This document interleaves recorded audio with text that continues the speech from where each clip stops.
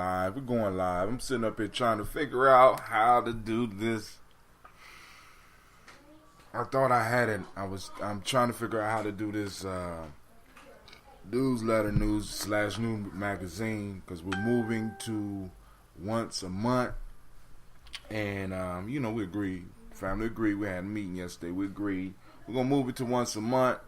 But what I'm trying to figure out is, because it goes down on our private group, and I'm just trying to figure out how to get some of those posts up out of there and make sure that the people that posted it up get get the fact that they did it. You understand what I'm saying? Because they posted it up, they put up the thoughts, and they're hosting the conversation. Because a lot of the conversations, if you are just on the Gye-Nyame page, that's good. But the best part comes in the discussions and the stuff in our private group. It's like we got the page, and then we have the group, right? And that's 90 strong. So over 91 people strong, and people are posting up some good stuff, man. CeeLo just posted up this picture of this. Oh my God.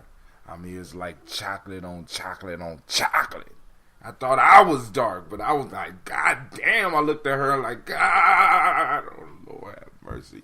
Let me pick my hair so we go get this thing started. I've been up here at this computer. I'm trying to finish up my little article for the next newsletter. Because I'm putting this last one out because, one, Sister Jackie shit is gonna be on this, and I want to post it up here first, send it out to everybody. You know what I'm saying? Because, like I said, that Jackie gave me the birthday gift, and it is a beautiful article, man, and it's coming on that Gye-Nyame piece, and I'm gonna try to get her to write something for me on a regular basis. But of course, we got to get, because she's a professional writer, and I respect the craft and I respect the skills. So, like I said, even with everybody, I'm trying to find a way to make. Hey, close that door. Close that door. That goddamn washer. I hate that. I hate that washer. God damn it, I hate that washer. Man, alright. So, those that got ambrosia orders, the ambrosia will be ready. I got to do that. I got to do this newsletter. I got to fold clothes. I got to go buy a new iron, because I iron so much that I burnt the motherfucker out, because we are iron and family here. Gye-Nyame Journey, we got to be crispy. You know what I'm saying? The clothes could be old. The clothes could be fading. But they got to be iron. You understand what I'm saying? They got to go through the fire. To the limits. To the wall. I can't live without an iron. So I have to give it all. You understand what I'm saying? Alright, so now, let me go to the chat. I want y'all to know this is going to be Gina Belafonte. Great. Thank you. How you doing, Miss Gina? Miss Gina Belafonte. Huh? Yeah. It's been some years. Brother is old. And I'm enjoying it. Alright, family. So, now, we're going to start off. Real talk, my dad lived to... Oh, man, that's what I'm talking about. Get up and... because really, what a lot of people don't understand, like some of these basic chores that a lot of people be running from, once you really get into the habit of doing them, it is some real thinking time. It's some real, when you ironing, and it's just like your body and that as they call it, that monkey part of your mind that's constantly jumping from idea to idea. It's got something to focus on, so you can actually take that time to, oh yeah, boom. And as the wrinkles come out, some of the ideas and some of the problems that you got going on in your life, you start coming up with resolutions or things or ways to deal with them. He really loved it. He did a lot of thinking, like a meditation. Same thing with washing dishes. Shouts out to Miss Navita Nelson. I see you out there. I hope my nephew is better. How he doing? Oh, somebody already done called in. It's about to go down today. It's the Toast and Talk. What's going on? Who is this? This is Sister Navita. I'm just tuning in. And I don't know what topic you're talking about, but there's something I wanted to discuss, but go ahead. If you were in the middle of something, please don't let me be interruptive. You're not interruptive. I missed you yesterday at the meeting because we decided that we're going to do the newsletter one time a month rather than Brother Hatim trying to force it out four times a month. So we're going to start with the one time a month, and everybody's going to have to contribute something to it. Okay. But also because I started off talking about how hard it is to figure out this designer piece, right? Because because I'm able to upload our page, but the group, I can't get into there and upload all it, because it be going down in the group. A lot of people is posting stuff in the group and not on the page. And I understand why, because in the page, we are able to have those private, those conversations, those strong conversations. So anybody that want to get into the mind of some of the people on Gye-Nyame and just get off the front page, off the page, come to the group. You know what I'm saying? Join the group, because that's where the discussion is really going down. All right. Wait a minute. So there's two separate ones? I'm confused now. No, all right, cool. All right. This for the old people out there. That's old people, right? I didn't know this. There's a difference between the page.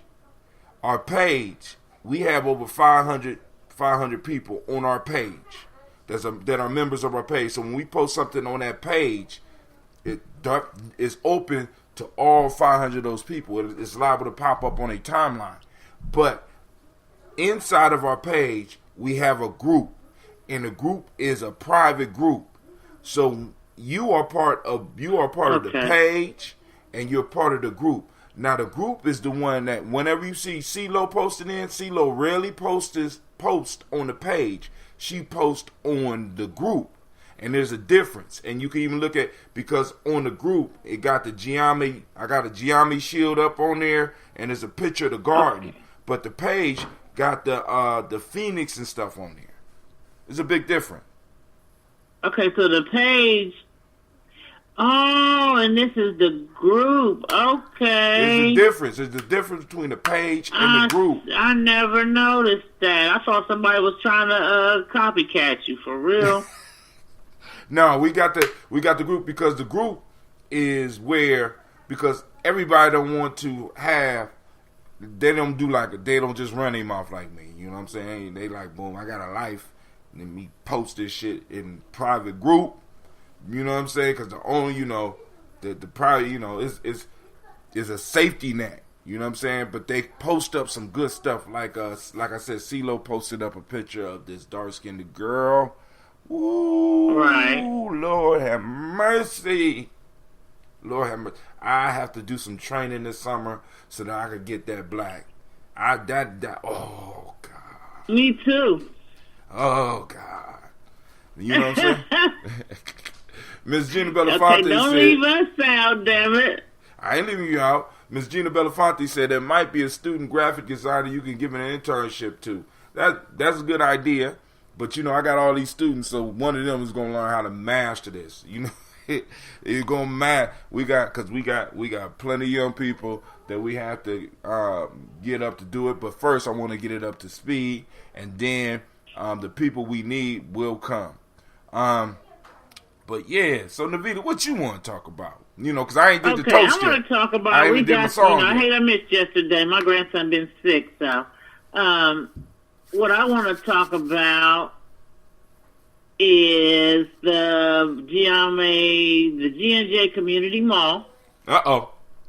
And how we make that work. And we make that work by you others and ourselves putting in the work together.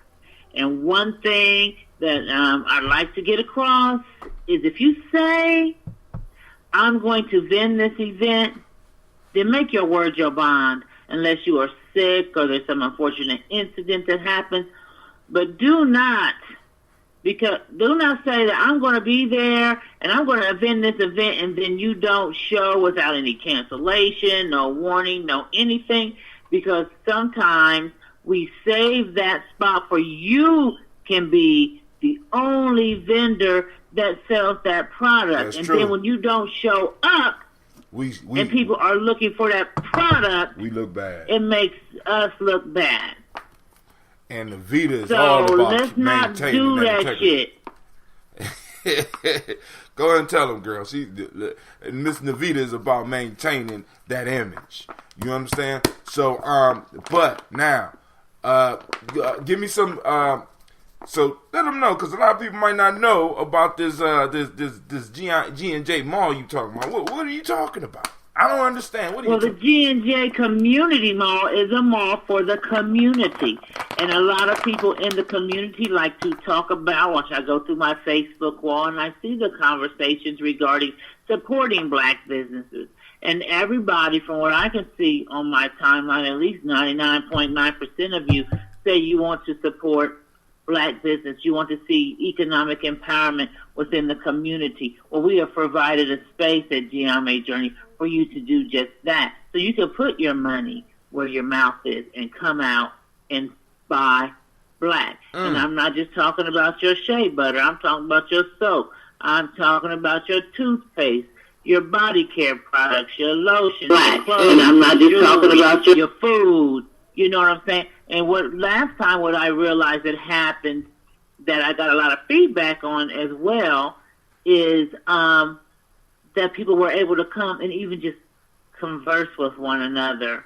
Wasn't that beautiful? And Christine's African Cultural Workshop area became a gathering place, and people were buying food and shopping, and then they would come sit, eat, and talk with each other, Word. like a village. Like a village. You know what I'm saying? So wasn't like we a need village. people to support. Hold on. It wasn't like a village.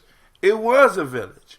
We set it up for a day, and it was a beautiful event. And if you missed it, you will have another chance to get in where you fit in on March 30th. From 12 to 6 And I'll put another flyer out tonight. Oh, we're going to have the flyer out, and we're going to be advertising it. So if you get the flyer done, I will hold off on the newsletter, on sending out this newsletter, until you get that flyer done, because I want to put that on. Yeah, I'll get the flyer done today, because all I got to do really is adjust and make a few changes and put the dates in. And you know, I don't know if anybody's listening that would like to vend, that would like to attend. You know, shoot an inbox to Gye-Nyame Journey Media or to Hot Tim, because he handles the vendor piece for the most part.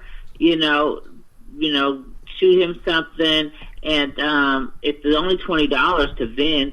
So even if you sell $30, you know, you break even with the gas and everything. So. And I'm sure you could sell more than $30 worth of product. It was going down this week. It was going down at the last one. And the whole piece is, family, we believe that the market is the heart of the community. The market is the heart of the community. The economic exchange, the information exchange that goes on is the blood of the community. And it flows through the heart, and the heart pumps it throughout the body, which is the tribe and the community. So family, come out and participate in your own resurrection. You understand what I'm saying? Come on out. We had a good time. We had a movie. We had a nice discussion after the movie. But you know what? The only thing that was missing was you. That was it. So also this weekend we had our meeting. And I didn't think I was going to cover the whole 4 hours, but we had a discussion about the newsletter, about the mall, and taking positions and stuff like that, and accountability, and we also even discussed the Malcolm X Festival.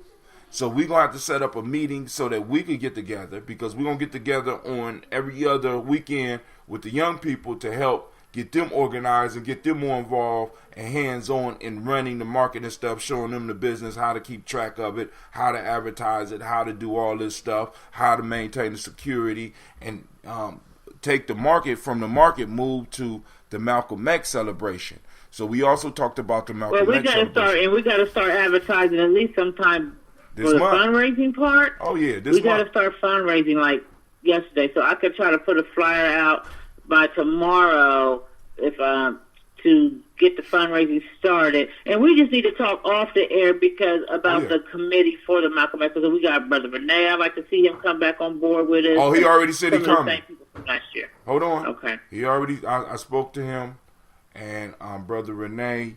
We gonna really talk because Brother Renee came with some real shit. You know what I'm saying? I'm talking about let's get it done. So we are in a whole nother position right now, far as the Malcolm X Festival. So we're gonna be able we'll definitely. Well, you tell me after this show, or if you get time sometime today, fill me in on what I may have missed yesterday. All right, cool. I should have had y'all call me in on the darn meeting. I wasn't thinking about that. I wasn't thinking about it either. But now, one of the ideas was to bring, rather than bring somebody national in, we should bring people that are big locally. Bring several of them in for a fair price. I ain't gonna say a fair price, for a better price that we can afford, and then have the bomb ass live Columbus entertainment. Because you already know who I'm talking about with that. Because we've been talking about that since last year. Right. I think like we focused last year a lot on the entertainment piece, and that was our bigger piece. And then we had the speakers filled in within, and we know why we do it like that. Right. And I think that's very, very effective to do it like that. I think it is too. So yeah. And so that's how we did it last year. Exactly. My issue is, but this year, because I want to expose the community to some real ass jazz music. So because I'm like, I want that one right there, because like Eddie Baird, somebody brought up. And I told you Eddie already plays with them. He told me. I know, but listen to me. It's somebody else. It's other people out there. I'm just saying, because I'm on the liquid crystal piece. We own that, right? But I'm just hyped about getting Eddie Baird. I'm just telling you right now, I'm hyped about getting Eddie Baird, but then there's the I'm trying to think of the drummer brother's name. It's two drum. Oh my god! I went to go see Eddie Baird and Perez one night, and Jay Gators was on the drums, and that shit was. Listen, I'm just saying. We're gonna discuss. We will discuss. We gotta discuss, because I'm telling you. Planning committee. We will discuss. Listen, it was. But I just hope people want to, because we had a nice ass. I mean, I had people call me, tell me how nice it was. You know what I'm saying? Right. I had people call me wanting to come back. And then, people who were there wanted to come back. Right. And then, but we may have to change some of the vendor rules for the few people that didn't show up that said they would have. Now, I will say there was a sister that didn't show up, but she did inbox me the day of the event and told me she wasn't going to be able to make it. Right. I had one call, too, that told me that called because of health issues, that she couldn't make it. And another one came. Actually, she came, but she wasn't able to set up. And but, all that's cool, you know what I'm saying? But now, on our part, we got to make sure that we return the space exactly like it was. That's it. Just because Okay. When I tell you what the issue was, you gonna laugh. Because I was in the movie side. We cleaned up the movie side real good. Oh, it wasn't the movie side. It wasn't. Listen. It was so small that I was. Listen, we gotta talk. This shit is funny. Okay. Because nobody knew what was being talked about. But then when I found out what was talked about, I was like, man, I'm about to lose my job. You know what? No, really. Listen. I crewed up. I was hot. You know what I'm saying? I said, oh, man, no. Let me go find out what's going on here, right? So I go and find out what it was.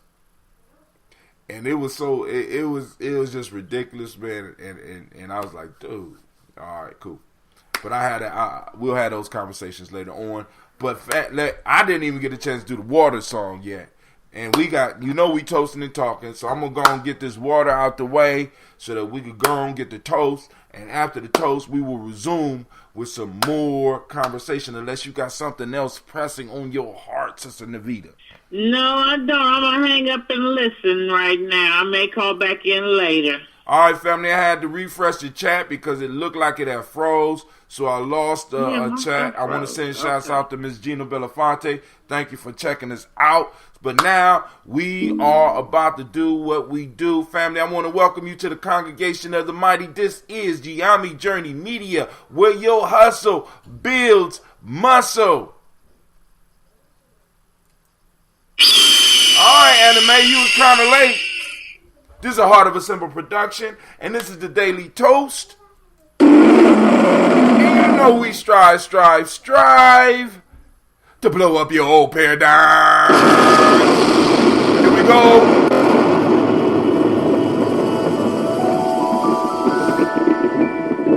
Come on. Loosen up, get it together. I know some of y'all old out there. Come on.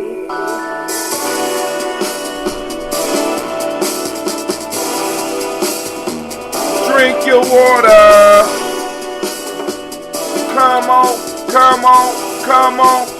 on. Drink your water, but first, take your breath and drink some water. Take a breath and drink some water. Pull it from the belly. Take your breath and drink some water. Take your breath. Drink.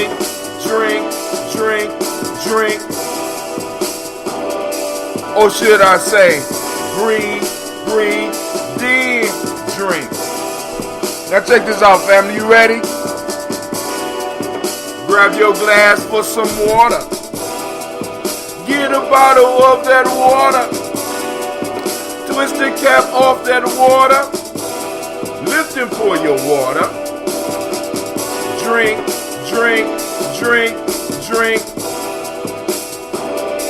Or should I say, lift, pour, then drink. Now, next step. Now move your body and drink some water. Stretch it out, fam. Move your body, drink some water. Oh. Move your body, drink some water. What? Just move your body. Come on. Drink.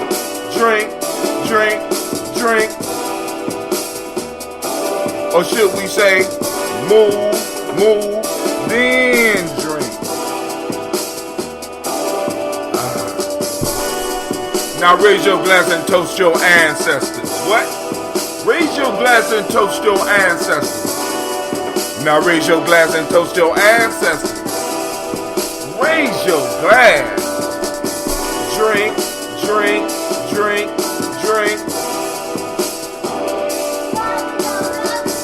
Raise, toast, then drink. Take your breath and drink some water. Lift and pour yourself some water. Move your body, drink some water. Raise your glass and toast your ancestors. Breathe, lift, move, toast. But to stay healthy, family, remember all you gotta do is breathe, drink, eat, move. Take your breath. Lift and pour. Move your body. Toast your ancestors. Break it down. Now drink your water with me, family. We're gonna do it.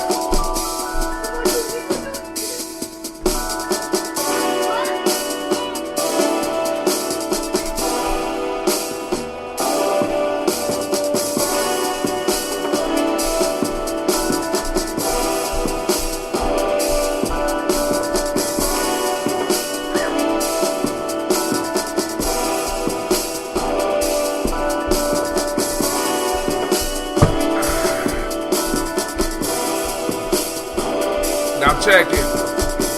Drink, drink, drink, drink. Come on, family. Drink, drink, drink, drink.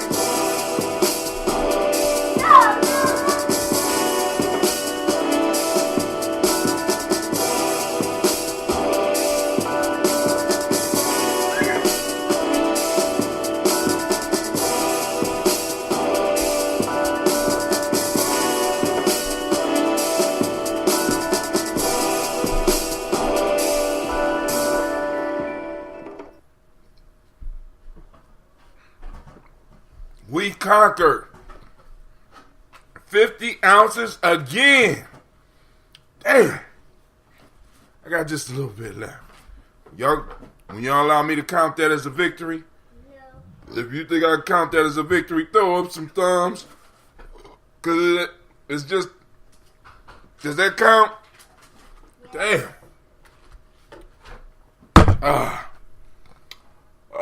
We almost did it, family. I'm feeling so good now. We need to do the toast, and then we could talk. Family, we could talk the reparations issue. Family, we could talk any news that you want. We could talk anime. We could talk sports. Well, I don't know too much about sports. But somebody else in Gye-Nyame could call in, and they can handle the discussion about sports, what I can't handle, right? Now, we could talk politics. We could talk economics. Family, we could talk spirituality. We could talk the ancestors.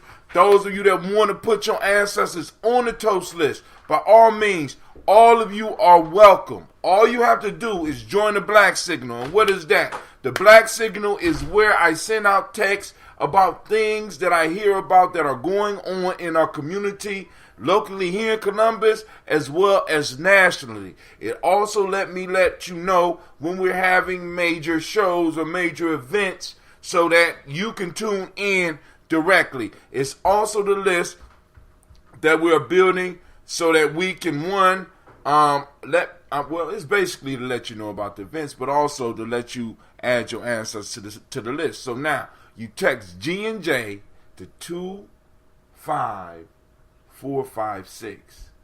I think it's 25456. Let's look on here.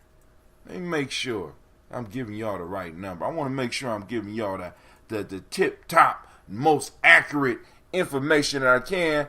But I'm pretty much sure that the number is 25456. Real easy to remember. 25456. Text G and J to 25456 so we can put you on our Black Signal list. Now, this does not let you know every time I do a show, because I do a show early in the morning. Now, this toaster right here, this is the laid back late day toast on a lazy Imani, right? Usually we up about 5:15, 5:30, Umoja through Nia toasting, right? And I know some of y'all don't want to get no text that early, so I have a special list for the daily toasters. But for everybody else that just want to know when the G&J Mall is going down, when the Malcolm X Festival is going down, when you want to know how can you help support Gye-Nyame Journey, you want to know when the meetings are, whether we are having them here or we starting chapters in other places. You know what I'm saying? What's going on, for example, what's going on with Simba. If Simba is having something and I need to post it up, or something going on with one of our sister or family organizations, boom, we could text it out. It also gives us access, give people access to ways to support some of the stuff that we're doing. Because you might not be able to participate because you might be in another place, but you like what we're doing and you might want to support it. So, hell, we can send out links to help you with that. You know what I'm saying? Hell, some of y'all about to get some of this reparation money. I hope that y'all planning to do some wise shit with it. One of them is support Gye-Nyame Journey, right? See? I'm not playing. So we gonna pour these live. We gonna do this toast, and we gonna get into this discussion. Now I'm gonna share some articles to start off the conversation, because there's articles on reparations right now because it's the hot topic. You know what I'm saying? And family, we got to move it from just being the hot topic to being the topic and the litmus test for everybody that says they want to deal with us. As black people, yes, as black people, we have to start putting ourselves first politically. I'm just putting that out there, family, and y'all really need to think about that. As a community, in order to secure the future of our children, we have to be politically selfish. We have to put ourselves out there. And after we are able to receive some help, we can help others. But we got to help ourselves first, because it's getting bad out here. It's getting bad in these streets. You know what I'm saying? It's getting bad out here. Right? So now, what I have is some ambrosia. And for those who are waiting for the ambrosia, we have some ready. Yep. I just have to transfer the bottles and filter it out, because everybody can't drink it straight like me. Nope. Or many can't drink it aged like me. So I will be contacting those people who already put their orders in. So Brother Kwame, be aware that you will be receiving a call a little bit later on today. Right? Elder Ori Pianki, you will be receiving a call later on today for your order. Now, as far as Ori Pianki, the red, I am delayed on. But I have everything else. No, but your ginseng red, I have. The other red, just the plain red, it might need a little bit more time. I'm going to look at it and see, because we here at Gye-Nyame Journey will serve no ambrosia before it's time. Right? Because this is our staple here. This is our what they call it, the flagship. This is our flagship product here, right? So I'm gonna go on and pour. This one is not as thick as the last one. I'm kind of disappointed in that fact, but the bouquet is just marvelous. And look, wait, hold on, look at how it pours. Look. Yeah, girl. I hear you. I hear you. Yeah, I hear you. Yep. So this one is young.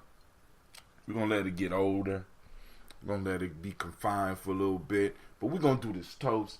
If you have ancestors that you want me to throw up as well, you could just post them down here and I will see them and I will read them out and add them to the list. Or you could also do the G&J, get on the black signal, text me your ancestors, right? Or you can also inbox us on Gye-Nyame Journey. I get around, I try to check all the messages. But listen, family, those that really want to get into the intricate part of Gye-Nyame Journey, go to our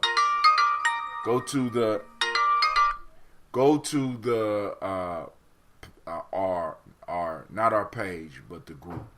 Oh my God! I mean, I'm going down that timeline. That timeline, it looks good. I'm sitting up here like, damn, all this been going on. I've been missing out. I'm on the page, like thinking I'm doing something. When I looked at all the stuff that I was missing by not getting in the group more often. I'm like, damn, I'm feeling left out.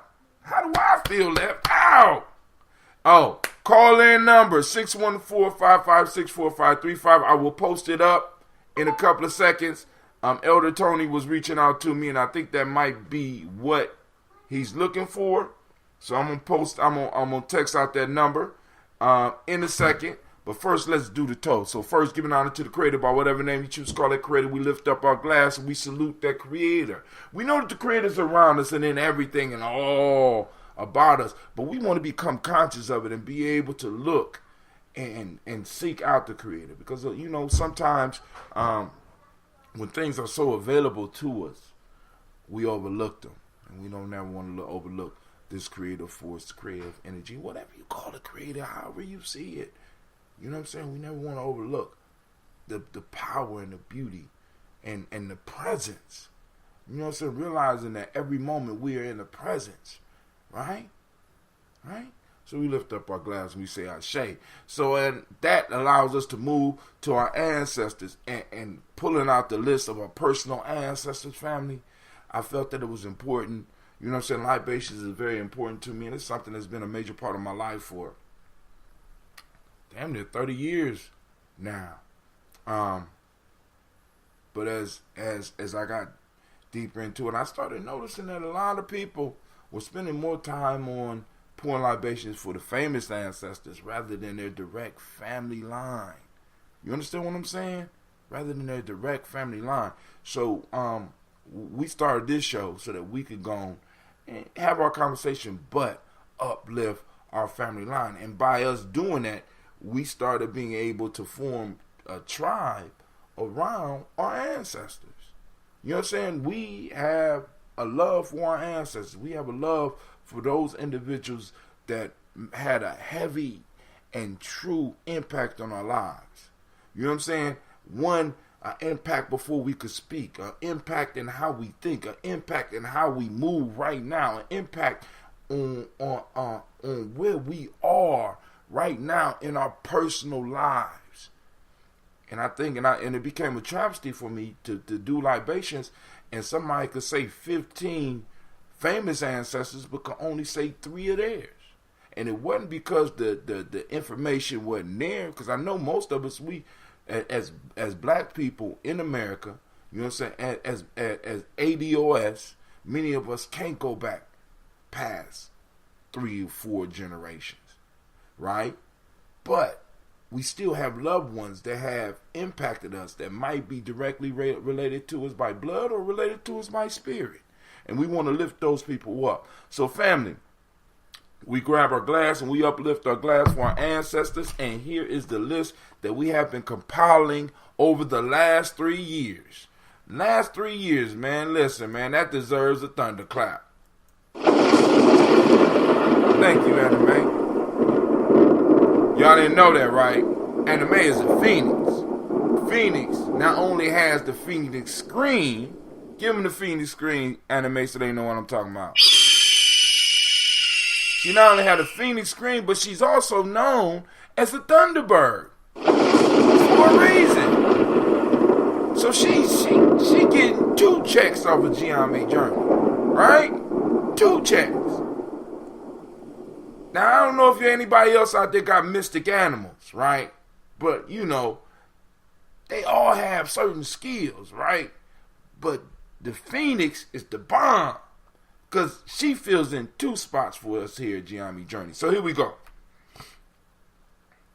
Miles Brown, Ms. Ann, Robert the Tex, Anna Davis, Herman Brown Sr., Rosalie Tilly, Georgia William Walter, Kristen Fanny Gatson, Aunt Lena, Uncle Chris, Aunt Fiend, Cleveland and Geneva, Brian Marker, Ellis Wash, Ellis Cecil, Ellis Alvaro Brown, Gina Gaines, Herman Brown II, Barbara Twiggs, Wash Ellis Jr., Katie Ellis, Nikki Ellis, Jamon Jones, Jeremiah Tappan, John Fallard, Montague Cupid Manel, Noma X, Pet Ra, Malika Fakur, Dr. Marianne Williams, Kojo Kamal, Elder Millie Dixon, Tony Clark, Pastor Yusuf Weston, Elder Ajani, Elder Ron Coleman, Elder Robert Donaldson, Alfred Brofro, Hector Jr., J. Edwards, Carlisle Harris, Grace Lundy, Inez Harris, William Bill Moss, Phyllis Rose, Sterling Lucy Wright, Derek L. Pulley and the Luxter Brothers, Miss Eda Brooks Crawley, Miss Marie Nelson, Mr. Frederick Crawley Sr., Miss Jerry Brunson, Mr. Alonzo Johnson, Miss Marie McDowell, Janice Foster, Charles Jordan, Gil Smith, Walter Smith, Richard Triggs, Francis Johnson, Mary Franklin, Jimmy Williams, Daniel Ford, George Gibson, Nana Loretta Clark, Inez McCrae, Fritz Clark, Frankie Justice, Katie Justice, Derek Rindelman, Virginia Rogers, Reverend Jane Smith, Lois Henderson, Calvin Spratling, Mary Elizabeth Walker, Raymond Walker Sr., Sarah Jane Carter, Michael Ford Jr., Kellen D. Russell, Susie B. Smith, Teresa Clay, Melvin Hodge Jr., Herman Copeland, Mildred Copeland, Jenny Clay, Bird, Beatty, Sarah Well, Levita Farmer, Agoso Sue, Cheryl Harvey, Aunt Charmaine, Aunt Evelyn Theolis Hasbury, Harvey Hasbury Sr., Leonard Dickinson, T.C. Islam, Terrell Dunbar, Will Thomas, Sarah Berry, Mark Walsh, Merle B. Thornton, Pearl G. Thornton, Ida Johnson, Florence M. Carter, Joanne Thornton, Erica Tricia Lewis, Juanita Wright, Robert Wright, George Wright, Mary Eliza Frederick Davis, May Elizabeth Rogers, May Esther Keechler Reese, Linda Watson Hammonds, Jarrell Giles Watson, Sparrow, Slimmy, Selvin Lewis, Andrew Holmes, Pearl Moore, Percy Moore Jr., Mildred Owens, Booker T. Bowden, Charlie Hunt, Sammy Stover, Heather Pearson, Sturgeon Thornton, Richard Thornton, Lavinia Hall, Freeman Banks, Mary Moss, Ophelia Peacock, Willie Thornton, Napoleon Kendi, Mark Ramsey, Paul Ramsey, Matt Ramsey, David Ramsey, Charles E. Thornton, Frankie Quills, Urania Thornton, Bernice Quills, Ernestine Jackson, Frankie Johnson, Teresa Moorman, Leon Johnson, Charles Bell, Vivian Ramsey, S.E. Johnson, Dorita Johnson, Leon Johnson, James W. West Sr., James Parham, Dana Jones, Henry World, James Farmer, Mary Chavez, Leon Grace, Bessie Johnson, Hattie Levester, Mary Moreland, Paul Moreland, Elder Caleb, Rosemary Martineer, Elder Amatel Wellman, Fred Douglas Triggs Sr., Thelma Triggs, Thomas and Lula Berry, Lacey Eleanor Howe, Franklin Russell and Davis, Fred Douglas Triggs II, Vina Triggs, Reverend Eddie Moore, Helen Fuller, Eugene Jackson Sr., Richard Ellis, Silas Alexander, Charles Maxwell, Percy Alexander, Arthur Reynolds, Stanley Lockhart, Ricky Lockhart, William Lockhart, Woodrow Lockhart, Brenda Porter, Deacon Hargrove, Carla Sawyer, Andrew Parker, Doris Donald, Ellis Murphy, D'Amico Russell, Dillimon Aries, Jean and Ruth Jones, Jana Callahan, William Walter West. Make sure. Okay. Let me do one more thing. Gonna take that off. Want to make sure that I am able to catch your comments as well. So I'm pulling up my Facebook because it's off. I've seen some messages earlier, but now they're gone. I want to see what's going on and make sure that I'm able to get y'all. So they got me streaming on. Okay.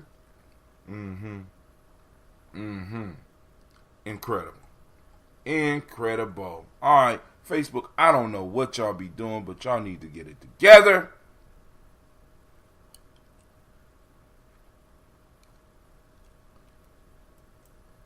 We're pausing for a second, family. Pausing for a second. Just want to see what's going on. Okay, cool. There we go. All right. There they go right there. There they go. Okay. All right. We got it. All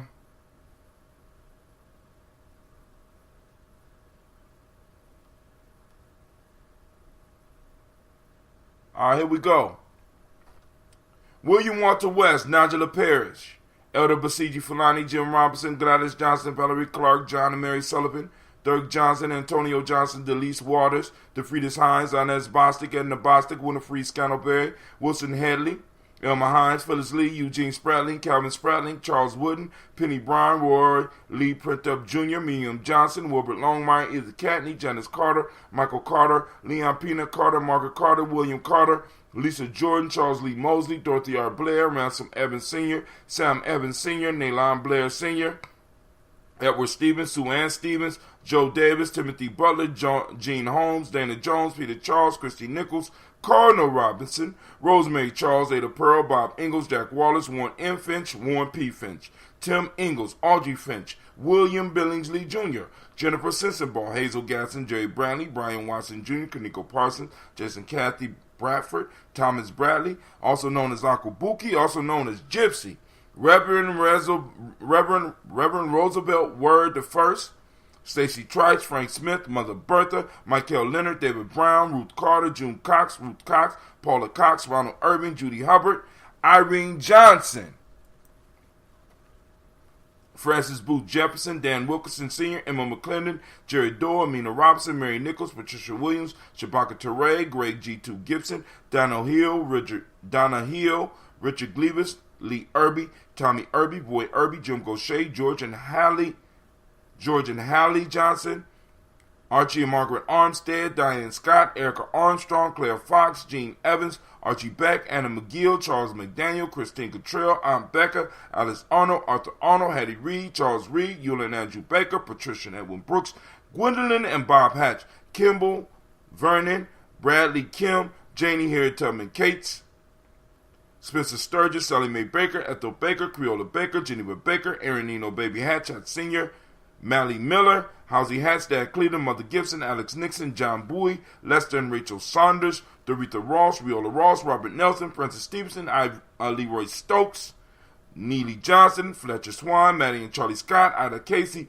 Thomas Cofer, Vivian Stevenson, Mona Ann Lewis, Cornetta Lyman Lewis, John Jackson, William Dallas Lewis, Mary Francis, Chappelle Jackson, Michael Slade, Joanne Perkins, Richard Jackson, Martha Ford, Martha Ford Dawson, Big Mama, Nanny Harris, Eva Ford, James Hairston, Margaret Towns, Mary Williams, Leroy Q. Heath Sr., Albert Moore, Miss Vanilla, Alice Motley, Geraldine Elizabeth, Douglas Thompson, Earlington Houston, Lud Alls, Elijah Alls, Jerome Alls, Henry Ward Statton, Joe Jamel Alls, and Pierce, Donald Carter, Lily Green, Nathan Green, Beth Bond, John Dewey, Ruth Beard, Tim Butler, Raymie Laura Newton, J.B. Foggy, Thomas Newton Sr., Barbara Naeem, Jeanette Sanders, Jerry C. Sanders, Roy Pruitt, H.J. Brantley Sr., Henry Wilson, Rufus Jenkins, Minnie Wilson, Catherine Sanders, Muriel Ellis, Elizabeth Sanders, Henrietta Irby, Mildred Armstead, Margaret Armstead, Catherine Anthony, Ruby Brown, Charles Walker, Charles Walker Sr., Charlie Walker, Cecil Russell, Diane Urban, Haroon Phillips, William Ford, Margaret Logan, Phyllis Barnett, Lee Urban Sr., Michael Irvin, Ozella Watson, Hugo Watson, John Caldwell Sr., Robbie Lee Caldwell, Nevaeh Mitchell, Ron McCormick Sr., Sabrina Easley, Rayshawn Easley, Javea McCormick, Barbara Ann Reed, Dorothy Ann Reed, John Reed, Sheckham Aha Reed Jr., John Reed Jr., Patricia Reed, Edwin R. Benson Sr., Esther H. McNair, Lois Fernandez, Jacqueline Broadus, Reginald Oliver, Mazarine Cooper, George Swan, Edmonia Grayson, Charles Scott, Charles H. Scott, Michael Morgan, Charlene Morgan, Sybil Edwards McNabb, Annie Ferguson, William Ferguson, Shelby McClendon. And for the new list that we have, because y'all see we got 2 pages, and as I always like to brag, us, the Daily Toasters, those of us that are toasters, look, we took up 2 pages in the Kwanzaa book. We're moving for 3 to 4 next year. This ain't even counting the Gye-Nyame Journey pages, right? What? That's that Gye-Nyame, what? Is that Gye-Nyame Journey? Yep. In that book, look, for Gye-Nyame Journey to Daily Toasters too. We all one family though, but right? Daily Toasters, we're going to take over. Next year, we're going to take over. We're going to have about 3 to 4 pages. Yeah, family. All right, listen, I'm not playing with these. I'm not playing with our ancestors. Listen, our ancestors are what combined us and bind us, and we stand upon their shoulders, and we want to salute every last one of them. We want to salute, and we want to celebrate their names. We want to call out their names on a daily basis. This is not a game. Right? So when we talk about reparations, we're not only talking about, because some of y'all only thinking about yourselves. You got to think about your legacy, right? This is you collecting the legacy for your ancestors so that you could pass it on to your children, not so that you could go out there and buy a bunch of shit. Understand that this is bigger than you having your come up and you going and tricking off your money in strip clubs and smoking up pounds of weed and shit and doing stupid shit. This is about the legacy. So you need to at least take a portion of that money and put it in a fund for our children. The children directly in your family, and then come together with others that are organizing so that we can start moving on an international level. This is what I don't, we're going to get to that conversation in a minute. Joella Giles, James Carswell, Liberta Adams, Aunt Sis, Elder Shaka McNair, Anthony Brown, Jonathan Ford, Lottie Gaucher, Cousin Tony. All that water trying to come up out of me. Oh, y'all would have saw it. That one, shit. Ooh. Cousin Tony, Michael Johnson, James, Jimmy Johnson, Barbara Shang, Lewis, Ronald Shelton Jr., Damian Top, Westina Banks, Joseph Bingham, Quincy, Mama, Aunt Lady, Abraham Isaac Cundiff, Aunt Barbara Lewis, Renee Johnson, Joey, Ryan Ross Riggins, Jermonte, Marcus Price, Ness Words, Marshawn McCarroll, Demetrius Beard, Herb Jefferson, Ralph Mickens, Eric Walker, Crazy Sample, Candace Simmons, Severin Clayton, Leonard Jones, Melvin Scott Sr., Elder Clarence Lumpkin, Elizabeth Johnson, Frank Smith, Stacy Trice, Denise Gorey, Nathaniel Hassan Turner, Khaled Isin Nigel Turner, and Demetrius Lewis Flint. We lift up our glass and we salute all of our illustrious ancestors. We toast them and we say, I say, from there, family, we move to the present moment, and we know that the moment is where we are, and this is where all our power is, family, right? So we can draw energy from the past, right, to move forward with force so that we can lay down a firm foundation upon which our children can stand. We want their foundation to be more stable than ours so that they can build their monuments of greatness, right? So we lift up our glass because we select this moment. For those that don't know, in this moment right now, we are on Imani, right? The day is Imani.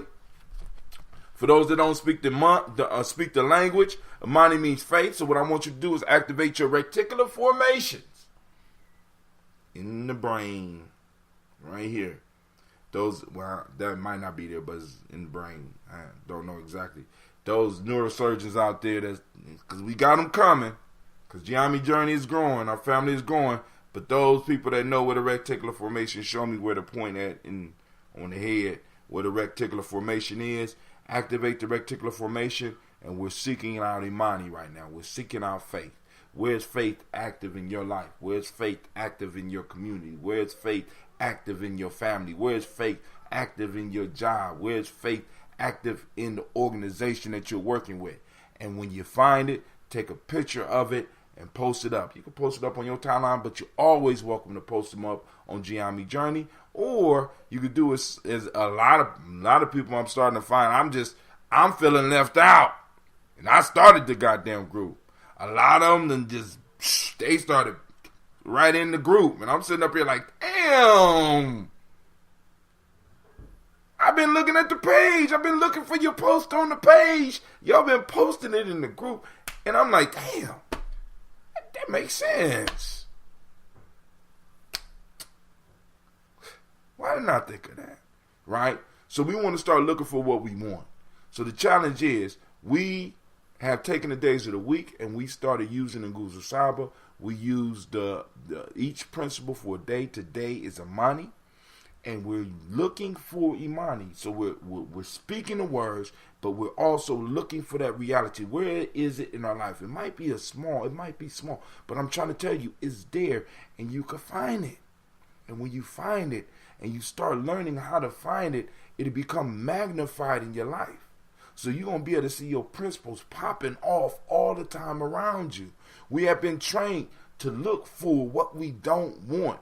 We have been designed to look for things that are dangerous. That's what the reticular formation is for. It helps us identify what we're looking for. And those things that if we're not conscious of, we're always going to pick up the things that are in direct conflict with our survival. But you can also use the reticular formation to help you locate and identify what it is that you desire. So right now I'm asking you, do you desire faith in your life? Do you desire any of these principles that we talk about on Gye-Nyame? And activate that reticular formation to find it. The modic principle of the day is harmony. The M7 of the day is trust. The color is red. The gender, gender is the Hermetic law of the day. Male name today is Kwesi. It's your day, Kwesi. It's your day, Kwesi. It's your day, Kwesi. It's your day. So shouts out to all of our Kwesis and number one Kwesi, right? Well, we got two Kwesis. We got Kwesi Low, and we got Kwesi Cleve. And that's Cleve downstairs. Cleve is a Kwesi.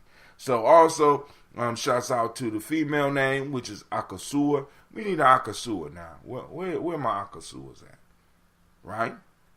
So we lift up our glass and we salute this moment, make our pact firm with our past generations. Because remember, family, because we're going to be talking about this pact, right? That's what we're going to hit on it hard today. The pact that you have with your ancestors. The pact that you have with the past in the present moment, right? So that we could go on and build this foundation for our future generation. And speaking of the future generations, guess what? We're lifting up our glass to our children's children, on to infinity. We are responsible as our Native American brothers and sisters say, for at least the next 7 generations. But we not only toast for the next 7 generations, we toast into infinity because we have always been here. And guess what, family? Guess what, black folks? We gonna always be here, right? We lift up our glass and we say, Ashe. From there, where do we go? Of course, we move on to all of our relations, right? And we toast and we say, Ashe. From there, family, where do we go? There we go to that selfish toast. What is it that you need right now? What is it that you need right now? I told you I drink my stuff unfiltered. Y'all see that? That's a piece of SCOBY floating around in there. And I'm going to get that. And we're going to talk a little bit about gut health too in today's discussion. Because I got several articles that we're going to start going through. Because I had to start going back through articles so that I could have stuff to at least post up so that we could go have some information to put in the book other than just the shows, right? In the magazine or the newsletter. It's actually going to, if we're going to do a month, it's going to be a damn magazine. Because everybody in Gye-Nyame Journey going to have to contribute, right? So, we toast all of our relations. No, this your selfish toast, right? This for you. What is it that you need, right? And we say, Ashe. Last but not least, I toast the most powerful, most magnificent, most beautiful, most uplifting, strongest, the individual that brings the unity, the individual that brings the self-determination, the individual that help us identify purpose, the person that is very cooperative, person that is that understands collective, the purpose, the person that brings faith into the room, right? And creativity. We lift up our glass to that individual. You know who that individual is? I don't want you looking around. I want you looking at yourself. It's you. That's right. Don't run from it. Don't deny it. It's you. I lift my glass to you and we say Ashe, Ashe, Ashe. Family, I wish you peace, power, joy in 100 years. And now the conversation can commence. I said that wrong. Commence. All right. So let me do this. I'm going to post up. Call in line is open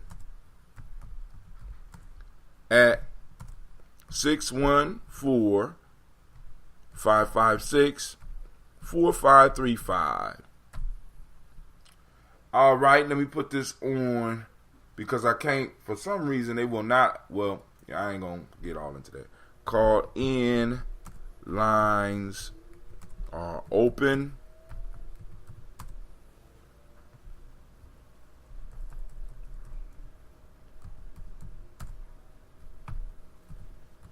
Six 556-4535.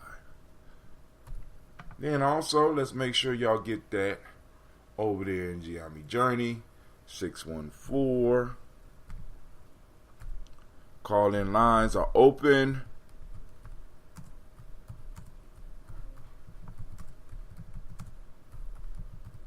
Six 556-4535.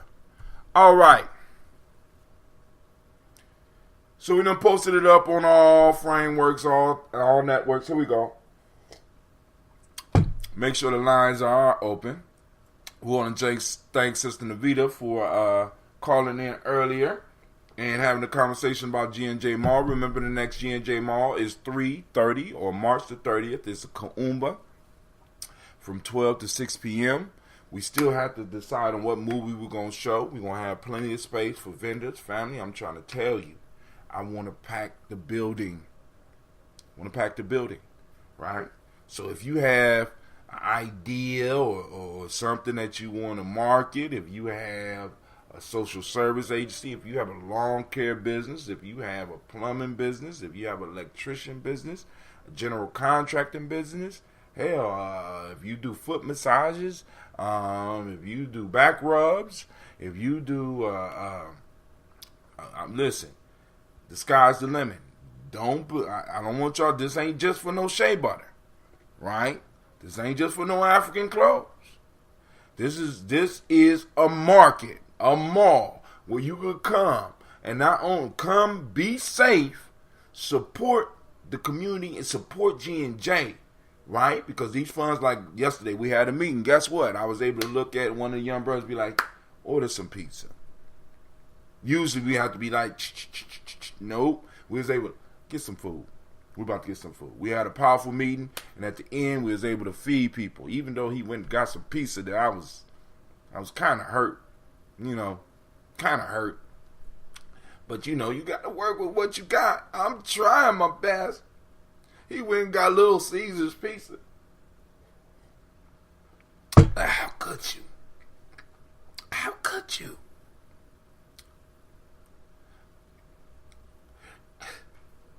Little Caesars? Is the budget that low? We might as well have gotten some frozen pizza. Sister Navita back. What's going on?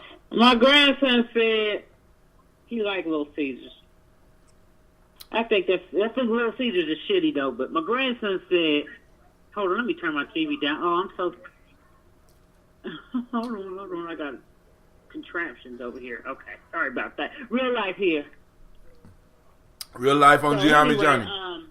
Now I'm drinking some coffee. I wanted to continue a little bit more on people really coming through and how imperative it is to support the G&J Community Mall.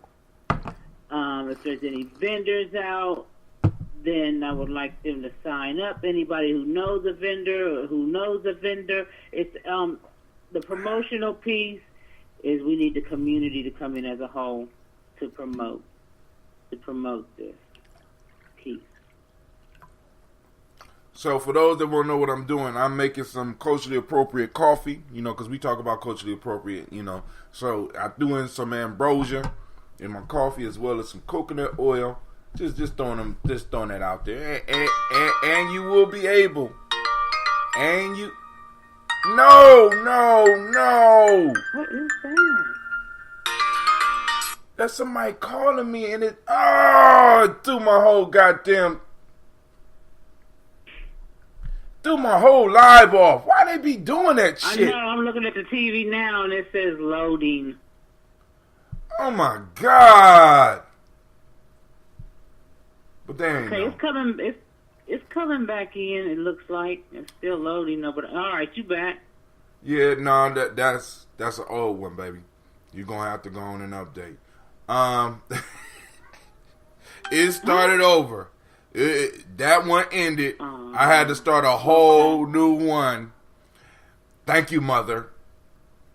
Thank you, Mother. Who's your mom? Yeah, I can't cuss her out. So. Well, also, let's get on that reparation piece real quick. I've been posting, and I haven't read the article, but what Bernie Sanders has been asked on several occasions now, I guess, about the reparations and his view on reparations. And he pretty much, one I read that he said, well, there's better ways to reward black folks than reparations.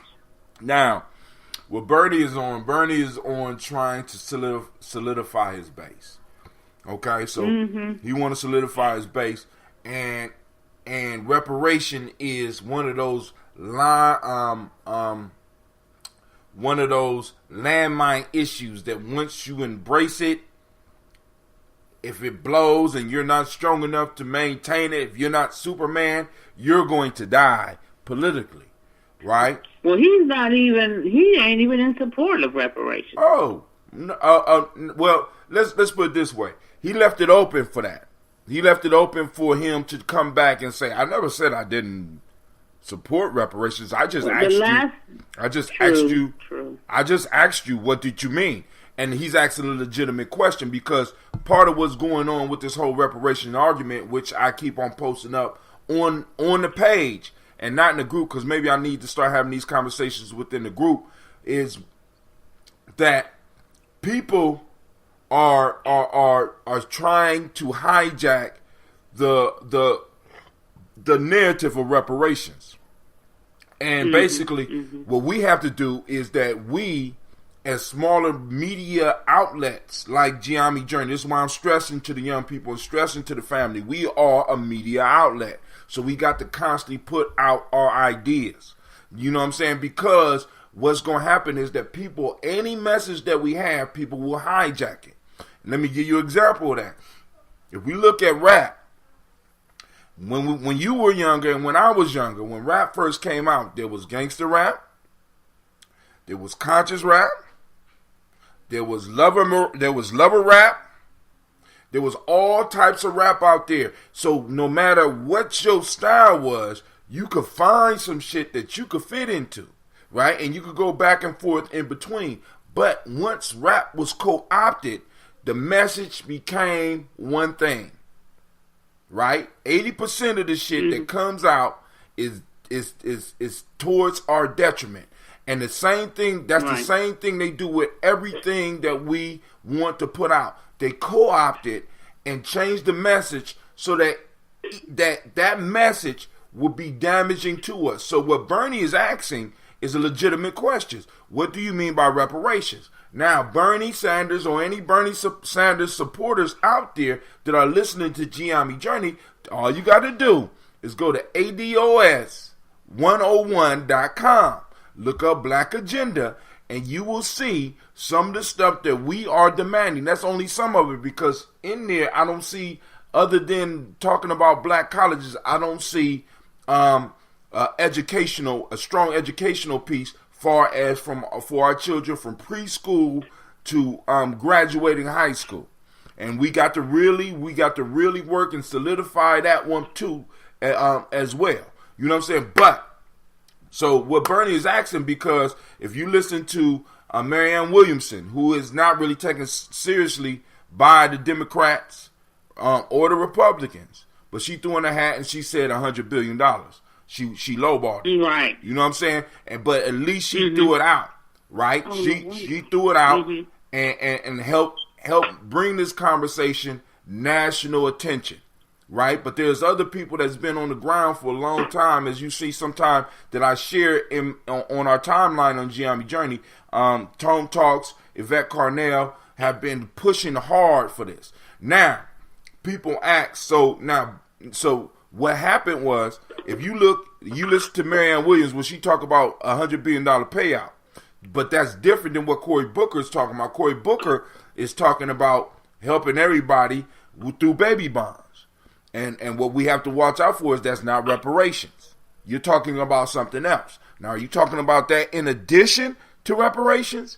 See, because what people have to understand is that reparations at this point in time is an all-black conversation. We're talking about what America is going to do for ADOS, American descendants of slavery. That's specifically who we need to deal with. And what a lot of people don't understand is that we are voting as a block. Many of us are voting as a block. So what the politicians have to get and have to understand is that if we're voting as a block, this means that we're not voting as a block. We're not voting as a block. That's my mama trying to cut me off again. All you gotta do is look. All you gotta do is look at somebody. Call my mama that's out there that got my mama's number and let her know I'm on. Cleve on punishment, so I can't even tell him to call. Hey, Sasha and Gina. Y'all got your grandmama's number on that on your little contraption? Okay. They can't help me either. Well, come here, let me give you your grandma's number. I need somebody to call my mom before she totally destroys my boot you off again. Yeah. Cause you know, on these phones you got settings. So I have like my mom is there's no way that, you know, because like you got settings, we got privacy settings and stuff like that. And my mom, I put her on a setting where her call takes precedent. You understand what I'm saying? So it's like she'll come on. You could call me, and you important. Don't get me wrong, Nabita. You call me, but but if I'm in a meeting, your call will not ring through. If I'm in a meeting and my mom calls me, her call ring through. You know what I'm saying? Because I don't never know what she needs. All right, Cleve. Need girl shoe sizes. Woman, please. All right, listen. All right. All right, cool. All right. call your, you know what? Get on here and don't get on your thing and call your grandma. All right, somebody else is on the line. But back to the reparations. So now, we got Cory Booker talking about baby bonds, because I'm going to read an article on this. He's talking about baby bonds, and that's for everybody. And what we got to understand is that when black folks throw their hat in with everybody, we get washed out. What we want is specific legislation for us. We got Kamala Harris, talking about a LIFT program. And this is for all people. It's not for us. Even though she's saying, hey, yes, I think there's some reparations due. Then we got, who else? We got another woman, Warren. I think her last name is Warren. She's talking about reparations for Native Americans and ADOS. But the issue we have with that piece is that, once again, we're mixing groups, and we can't do that on this issue. Can't do it. You know what I'm saying? Because first off, the Indians gonna get they've been getting their stuff, and they're gonna get robbed, and we gonna get robbed. So we want it specifically for us. Now that's what Bernie's saying. He's asking the question, what do you mean? Because you got all these different people talking about different shit, and you got this whole Democratic piece trying to get in and craft their arguments so that they will get our vote. Now, what I don't think a lot of people understand about Bernie Sanders, and this is my personal piece, and I'm not a political expert by no standards, but I'm going to say this. Bernie piece is what I call a placeholder. Bernie Sanders, what he did in the last election when he went up against Hillary Clinton, was that he attacked the Democratic agenda from a radical angle that brought on a lot of people that wasn't voting before, and right at the end of that, he just turned around and was able to hand that off to Hillary Clinton. You know what I'm saying? So it's like he's a placeholder. So he gets those on the fringe out there and brings them in, and then right when he gonna go run hard and Bernie's gonna give it his all, but at the end he's going to agree to just give his shit to the Democratic Party. That's not real change for me. You know what I'm saying? That's just more of the same shit. That's hustle. I understand that. You know what I'm saying? It's I call it placeholding, where a motherfucker just, you my boy. You call her? They about to call her. Alright. You my boy, and we're running a hustle. We're running a hustle, and what this hustle allows us to do is to fool the people to think that they are voting for you, but really what you're going to do, you're going to turn around and be like, I tell my dude, I'm going to turn over all my stuff to him, and I'm going to give him full support. And if you truly follow me, then you will give them your full support too. So we can't fall for that bullshit anyway. You know what I'm saying? But any candidate that pops up and is not specifically talking to us and not saying our name is gonna get the cold shoulder from the black community. At least those of us that's thinking like this. So we got Shaka on the line, and we also have Miss Kim on the line. I'm gonna let Miss Kim go first because we don't know how her signal is. So Sister Kim, what's going on? Hey, thanks a lot. Because the lights have been going out today, so who knows what's going to happen. But I just wanted to say, Nikita, I agree with you about Bernie. I actually listened to the speech, and he didn't mention African Americans, descendants of slaves, as a particular group. He mentioned every group except for us. Everyone. He said everyone except for us, and in the end, he said, I want everybody to come together. He said, I want black. He said black first. Black, white, Latino, all these people to come together to vote for him. But when he said about doing anything for any group, he did not mention us. At all. We are afterthought. We are the side chick of politics. Yeah. I'm tired of that shit. Put a ring on it, motherfucker. Put a ring on it. You want black votes? Yeah. We need commitment. No So longer. we didn't get it. And I was really excited about the stuff he was saying. Like, I was cheering. I was jumping up for joy. He was saying anything that a poor person would want to hear. You know, everything is what poor people need. So, yeah, I was like, yeah. And then when he got down to it, I said, oh, but he's not mentioning us at all. At all. So I said, I'm not going for this. So Bernie can get his liberals to vote for him. Yeah, because I'm not doing it. So it's still early in the race because now you got to remember Joe Biden is running and there's other people that's coming out, and what they're doing right now with Bernie and the rest of these, they're testing the waters. So what we have to do is once again control the narrative on reparations, and we got to stop a lot of these talking heads from just popping in. True. From just popping in and all of a sudden coming up with some shit that is friendly for everybody. What we need to start funneling people over to ADOS101.com. And family, I'm not getting any benefit from this, or you know what I'm saying? But what I'm saying is that for me, that's one of the first sites, or one of the first sites that has a ADOS agenda that can at least be discussed and picked up upon. Right? You want to talk to me? Grab that agenda and let's talk about some of those points and some of the additional shit that I might need for my community.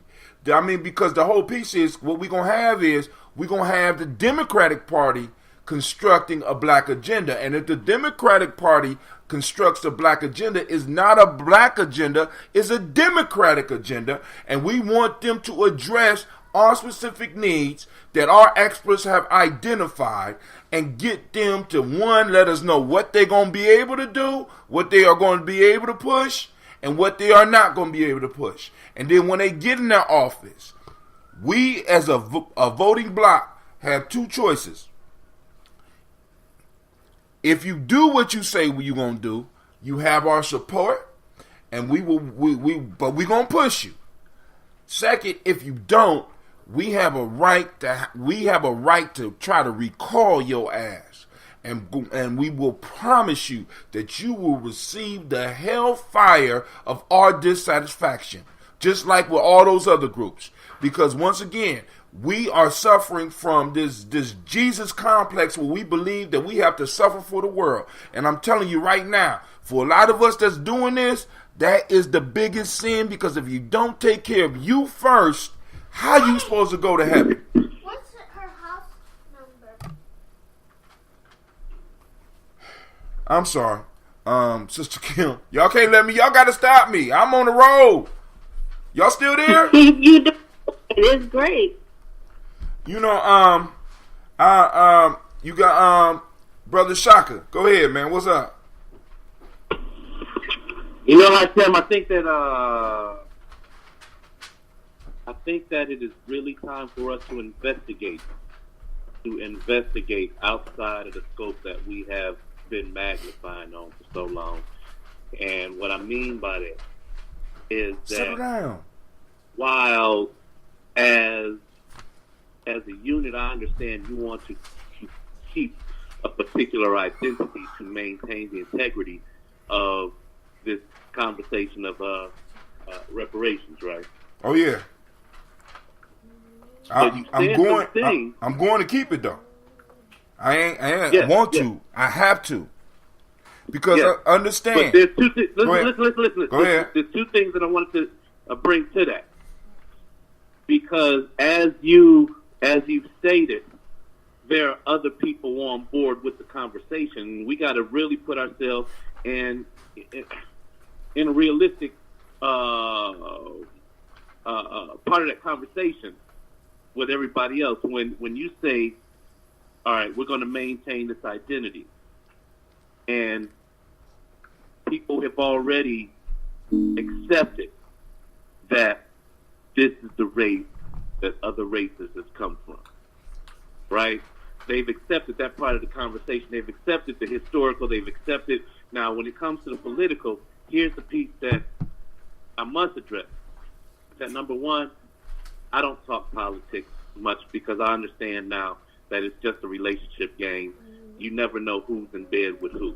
You never know who is sold out by whatever, because politics is all about changing faces. All right, because at the same, there is no one issue that hasn't been embraced by both sides, no matter what party you're talking about. It's just a matter of time and a matter of persuading public opinion for the popularity of that. So for me, it's not even about the issues. It's about how do we move towards that with a sense of togetherness that allows us to maintain or to establish the influence that other folks in this rat race have. And the piece is that while we want a very particular reaction, the struggling class of America is the majority, and that's the people. We're not talking about the people who are connected to the system. We're talking about the struggling class of America, and that's who, as a vanguard, that is who I am looking to persuade. It's a struggling class because there's more commonality that makes us. You understand what I'm saying? When we bring these issues delicately as a people, see, this is the thing, is that we're building relationships with the struggling class of America, which is the majority of American culture. Go ahead. Who has more of a relationship with the struggling class of America than black folks? We don't have to establish no relationship because we are a lot of the struggling class. And the piece is, we can't bring But are we in alignment? But hold on. Maybe you're not feeling the sense of urgency. But let me explain the sense of urgency to you. Shaka, you're working on a project, and you was working on a project last time, and you like, man, if I only could get my tribe to support me. Your tribe can't support you because your tribe don't have no money. Your tribe don't have no wealth. The reason we don't have no wealth is because we have been systematically placed at the bottom. So you talking about gingerly dealing with this shit when we've been gingerly dealing with it for the last 50 years. Now, I'm not concerned about everybody else anymore because I understand that this plane is going down and I'm trying to put the mask on. I've been trying to put the mask on everybody. I need to put the mask on me first because I honestly believe that when we start doing better, everybody else is going to be able to start doing better because we have always been that type of people. We come from people, like, for example, you probably got stories with your own grandmother where she not only took you in, but she took in other young people that might not even been blood relatives to you. This is the type of people that we come from. And I'm saying we don't have to. And then on top of that, man, listen, there is a debt owed. I owe it to my ancestors and I owe it to my future generations to get out here right now and start having this discussion. And I'm 50. I'm not waiting for the next election because they've been doing the wait for the right time hustle for a long time. You know that. We both work for nonprofits where these motherfuckers will tell us, hey, get out here and help us raise these votes. And after we pass the bill, we'll get you the money. You know what I'm saying? We didn't go for that shit then. I'm not going for that shit now. I'm not waiting for you to get in office. I want you to be clear with me. Are you with me or are you not with me? So I ain't got to vote with you. And that's what I'm saying, Hatem, is that the thing is that when you, all I'm saying is that people want, people outside of our demographic, from what you said, are on board. And what I'm saying is that this is the case scenario where we have to be realistic about what we're spoon feeding them, because at the end of the day, because they're on board, we can establish an alliance. But the thing is that we have to be very particular about the response that we're soliciting. And what's more realistic than the truth? No. I'm not saying. Listen. I'm not saying that. I ain't saying there's anything wrong with what is being presented. I'm saying when we present it to folks who we want to, we don't necessarily have opposition with, because I've seen this in other conversations is where we seem so radical in the eyes of others because of how we are presenting our platform, not what is being stated, but sometimes that's the energy that is conveyed. So the piece is that in writing, when they see exactly what it is, and they can say, oh, well, I can see that. If I was in their shoes, I would want the same thing, right? And then when the questions are asked, they already have in context the resolve that we're looking for. Right now, I think because we have, well, for whatever reason, I don't think that it's being addressed like that. Shaka, what you're saying is you want us to soft shoe it in. When we have been soft shoeing in this political system for a very long time. And me and your generation, right, we may be the last stand for our people. That's all I'm saying, man. Listen, do you know why a lot of people will object to this? Because they're not able to get anything out of it, or at least they perceive that they will not be able to get anything out of it. This is where we have an opposition. Everybody wants to get something, but we have a legitimate claim. Now, how do I bring the fact that I have a legitimate claim to you in a way that can make you feel comfortable when you are going to be one of the ones that's going to have to help pay for that claim? There's no way. You're not going to hear it anyway. It's sort of right. like... And so here's what I'm saying, Hatem. Go ahead. Here's what I'm saying, is that, all right, that's where we are in the conversation, because you believe in a particular process. You believe that when it comes to your big picture of what we want out of this whole thing after the reparation, all right, after we collectively invest and create the communities that. See, the thing is that there are those. All right, remember I told you the story of the woman who I gave the 2 bottles of June to, and in turn she gave me her son's number, who was a hard money lender. Mm-hmm. Well, piece is that on the hard money side, it was too late to get them involved in the conversation about that church. But a few weeks ago, I called them about the same idea on a different property, the same one I told you about. And he's like, man, you know what? I really would like to. And I really wish that, time worked for us on that church thing. However, right now, me and my 5 partners just invested in this whole territory over in Bedford. So all of our money is tied up right now in building what we designed. So the piece is that, okay, there are people of color, hard money lenders who are younger than us. How do we get even them to understand the state of urgency that you are dealing with right now, when right now their system proves advancement for them? So you're telling me, all right, so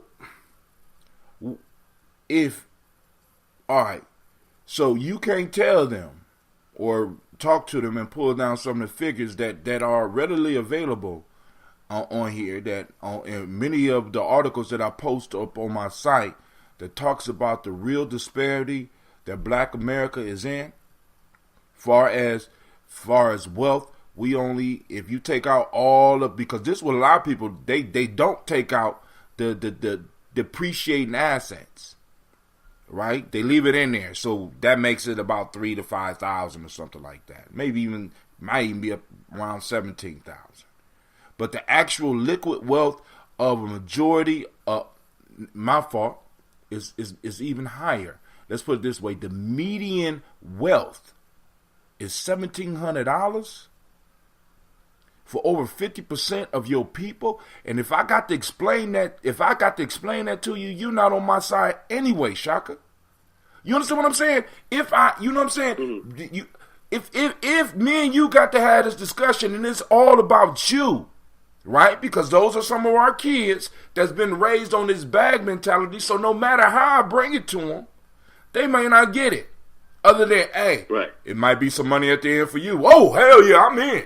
See, I don't need those type of motherfuckers on my team. And here's the piece I tell is that, like, even for my own personal movement with the art, now that I'm at a certain level where I'm looking to engage in partnerships and things like that, the first thing that people tell me is like, "Shock, like I've always respected you as an artist, but we haven't worked together because I didn't feel like that's what you was about. Like, you on this positive thing, but when you write music, you write in your songs. When you produce music, you produce in your songs. I had no idea that you were open to collaborations that wasn't about positivity." Right? Mm-hmm. And so the piece is that, right, like, two nights ago, Bone Thug and Harmony had this had this little kind of reboot around the corner from me, and I was expected to be involved in it because of our you know, we did an interview back 5 years ago in the Call and Toast together, and they talking about getting their grown folk on. I'm pretty sure that you've seen me post or Silver B post that article on a timeline since then. So right now, as things are moving towards that in the arts right now, you look at folks that we know that might have thought about me like that because I didn't present it in a way in the state of urgency and saying, hey, well, this is really what the evolution of the Elevated People Project is. It's us all coming together. A lot of people don't know about that. A lot of people don't. And so I can't just shoot an email out so that they get in the conversation because these are very, these are old relationships. And we got to treat these old relationships with a little bit more precedence than, well, I shot the blast out, so everybody should know.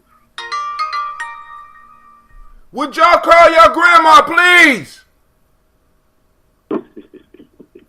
Gina!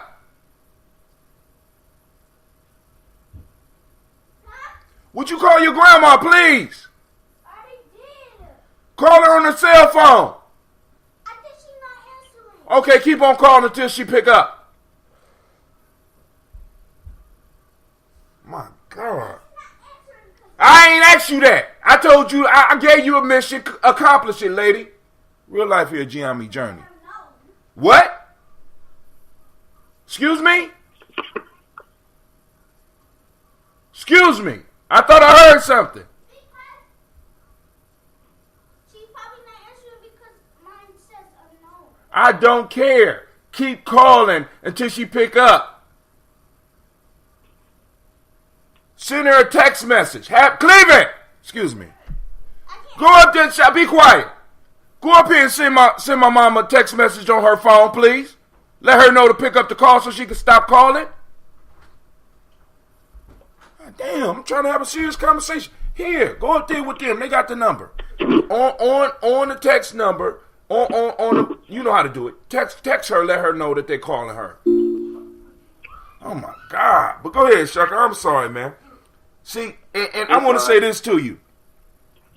This whole conversation of reparations is no longer a fringe discussion. It's no longer something that somebody in a corner somewhere just came up with and is now throwing out questions. It's everywhere now. It's quite different than one of our movements where we sending out asking people for funds. Because it's on the national platform. Every time you turn, I got reparations on my search, and now that's blowing up. I got ADOS on my search, and now that's blowing up. This whole conversation is a national conversation. So for somebody to be like, I mean, I'm still trying to figure out what you're trying to say. I'm not clear. Help me see.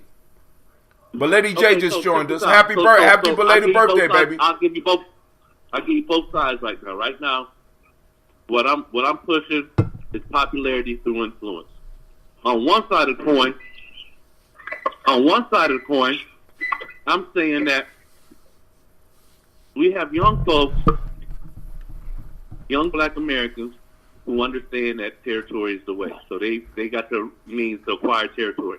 What they're doing with it, I have no idea.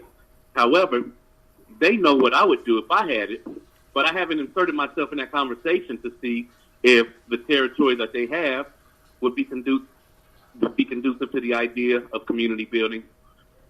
Now, on the other side, and I know this seems like a stretch, but on the other side, I got a company that bought off my account, my Walmart account, right? And even though it's a consumer credit situation, they feel like they haven't gotten the attention from me that they deserve. So now they're trying to package it up as a court matter, as a legal matter, to make me pay attention to the $700 debt. If I did not know what my consumer rights were, I'd be shaking in my boots. But I know that it's just a consumer credit situation, and it doesn't warrant that type of activity. So the piece is that they're using their power of influence to try to be bullied. On the other side, I have the opportunity to pitch to this investment group to see if my business practice would fit into their property investment. Shaka, get to the chase, man. What this got to do with reparations? Help me understand. Relationships. Tim, relationships. How do we, at this point, now that we got folks who are in the conversation, how do we corral them into a conversation where we can all win at once? Shaka, listen. We all been winning since 1970. Let's just keep it real. We all been winning since 1970. It's time for us all to start winning and stop worrying about everybody winning, and we need to start winning. That's all I'm saying, bro. There's no way that you're going to... So we need reparations in order to start winning? Is that what you're saying? I think that will help. Yeah. And what would this reparations look like? Wait, stop, hold on, time out, stop. Because before you come in, I want you to get off the line. First, happy birthday, my dear. Go to ADOS101.com, look at the Black Agenda. Because I done said that about 15 times. We're not about that. Now, I'll read that agenda for y'all if y'all want to have this discussion. Because you're not going to sideline this discussion with this shit. Well, how's that going to look? Nobody asks how it's going to look. I'm not trying to sideline, but I do want to bring up a point. Well, bring it up. I have a point to make. So every I'm a social studies teacher. I do not teach history. I teach social studies. And everywhere we go, we look at the social structure, right? We look at this hierarchy within our society. And one thing that is consistent that I tell my students is that, when I draw it up there and I draw out, what it looks like in the United States, in comparison to what it looks like in some places, even to this day, like India, I make it a point to always remind them that Miss Frost is a working class. And they ask me, well, Miss Frost, what's the difference? What is the working class? And I tell my students, working class means I have middle class values. I have middle class things, but I own no property. So my questioning is that if we want wealth which our children can inherit, I am simply saying that it would behoove us not to be giving something in the means of property. I think that's why they said 30 acres and a mule to begin with, because we know what property brings wealth and it brings equity, right? So just handing out money, if you don't, Lady J, hold on, Lady, stop, Lady J. Your point is based on handing out money. Once again, I'm gonna tell you, go to ADOS101.com and then come back, and then on top of that, start pocket watching. See, this one of the issues. Yeah, because wait, hold on, time out. Let's say, hold on, stop, no, hold on, because this is one of the arguments that kill me. What if they do give it out? What if they say, what if they give out all money? And we say, well, that's not the solution. You're not gonna take the money? You're not gonna do something intelligent with the money? I can't deal with everybody else. This is my thing. Go ahead. We got to be I don't. Sometimes I just don't understand how Tim. Are we trying to heal the wound? Are we trying to repair it? Or are we trying to put a Band-Aid on it? Time out. So you saying to secure generational wealth, because generations, what we have inherited. Have you? The position that we're in now. Lady J, once again, you're talking from a point where you have not done any research on it. I just gave you the site. Before we had this conversation, so go to the site. Let me finish this thought. You are very, I see what you're doing here, right? I see what you're doing here, sir. And I'm gonna go check out I'm gonna go check out your website. But what I'm telling you is something that this has been a conversation on the table. So I'm telling you my thoughts, period. And I'm not talking about from a place of reparations. I'm talking about from a place of how do we lift up? Okay. How do we break the cycle? That's what I'm telling you from. How are we going to break this cycle? And in order to break this cycle, the same way we have inherited generational curses, we're going to have to procure generational wealth. And one piece that comes with is property, which is why I said, as I previously stated, going back to a primary source, it said 30 acres and a mule. It said 40 acres. It said 40 acres and a mule. It was 40 acres and a mule. I'm still intoxicated, but 40 acres and a mule. Right. There's a reason and why when you calculate that out, hold on. If you go to the document, one of the economists that's working on this movement has calculated how much 40 acres and a mule would have been with interest if we would have got it, and has put an amount on there that would replace that. But money is one of the remedies, my dear. Money is one of the remedies. There's a lot of stuff that needs to be corrected in order for black folks to actually be able to live and exist in a country that we built. Money is one of them. I got a few. And a lot of it starts at the local level. I got some suggestions. But hold on, stop. Hold on. Listen. Your agenda is cool, but first read the agenda that I'm coming from.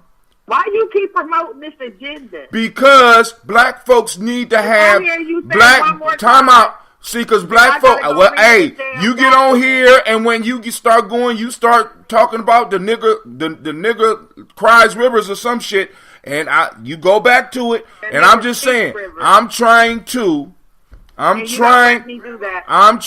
get you to go and get the talking points before, like I said, because we all need to look at this. You don't necessarily even have to agree with that agenda. You might want to add something to it, but it is a starting point. Rather than coming from and pulling from our ass new ideas, let's look at some of the stuff that's out there. Now, and reparations has been on the board for a long time, but the major difference between the reparation discussion now and the reparation discussion since 1987 has been that black folks have been saying, all of us, need to get reparations. It's regardless. This one is a specific claim against the United States of America. Period. And it deals with people who were directly affected by the United States of America. But I have a caller that's calling in from Ouagadougou over in Africa. I'm gonna let her go because she called in to respond. Go ahead, go ahead. Hey, yeah. I just want to bring us back to the idea that this is a debt that's old. So the thing is, this is what we should have gotten and we didn't get. So when we get the debt that's owed, what we do with that is up to us. Right. How that impacts us in the future is up to us. But the fact of the matter is, it's a debt that's owed to us. And that's what. Go ahead. And that's what I was saying, Hashem. Walmart would never take me to court. This dude, the people that they sold it, and I know it seems like we having two different conversations, but we not. The manner that they trying to collect from me, they realize that the old routine don't work. So they try to dress it up and make it seem like a legal battle. Right? It is a legal battle. The piece is that what I'm saying to you is that from the outside looking in, it just seemed like regular business. But I'm saying for you, taking myself out of the equation and understanding your equity in the conversation, how do we address that with a state of urgency that that causes people to draw towards that your idea, your vision of progress outside of what they're doing, which they may already think is progress. See, and this is why I keep on talking to y'all about circling the wagons. Shaka, I'm Lady J is into the recruiting outside right now. I'm not. Okay. You understand me? I'm beyond that. There's other people that are much better at that than I am. I'm not trying to do that right now. I have to solidify the group that I'm working with right now so that when it comes time for us to take action, we can. When it's time to vote, I can have what I need, and boom, family. We need to move like this. Those that's gonna move with me, move with me. I have to circle my wagons. I don't got time to be out here trying to make people feel comfortable about some shit that's owed to me, that's owed to my kids, that's owed to your kids. I don't think we have to. We're not having a proper discussion. We have been doing respectability politics longer than anybody else, and it has gotten us nothing. Nothing. We have been doing what? Respectability politics. Tim, go ahead. I'm trying to put this in my mind. I'm sorry. I'm looking at the cinematic effect. Like when we show up, is we showing up like Panther, guns on the State House lawn? Or are we showing up like Malcolm X, like he points a finger and we show a uniformity that they ain't never seen in us? Are we showing up like John Q, like, yo, this is what I'm demanding? Or are we showing up with a request? What's even more powerful is that we might not even show up. Now, also, the formations that you're talking about are happening on the internet every day. Just go through your YouTube timeline, go through your Facebook timeline, go through your news timeline. This is in the headlines. The discussion. So now what we have to become versed with the information that will give us power so that we can not only win an argument, but even move some hearts. Because if America's about justice, because we throw something up like that, it's about justice, we're the justice for black folks. Can I say something, please? When you turn that stuff down in the background, baby. Is that you? Yeah, somebody has feedback.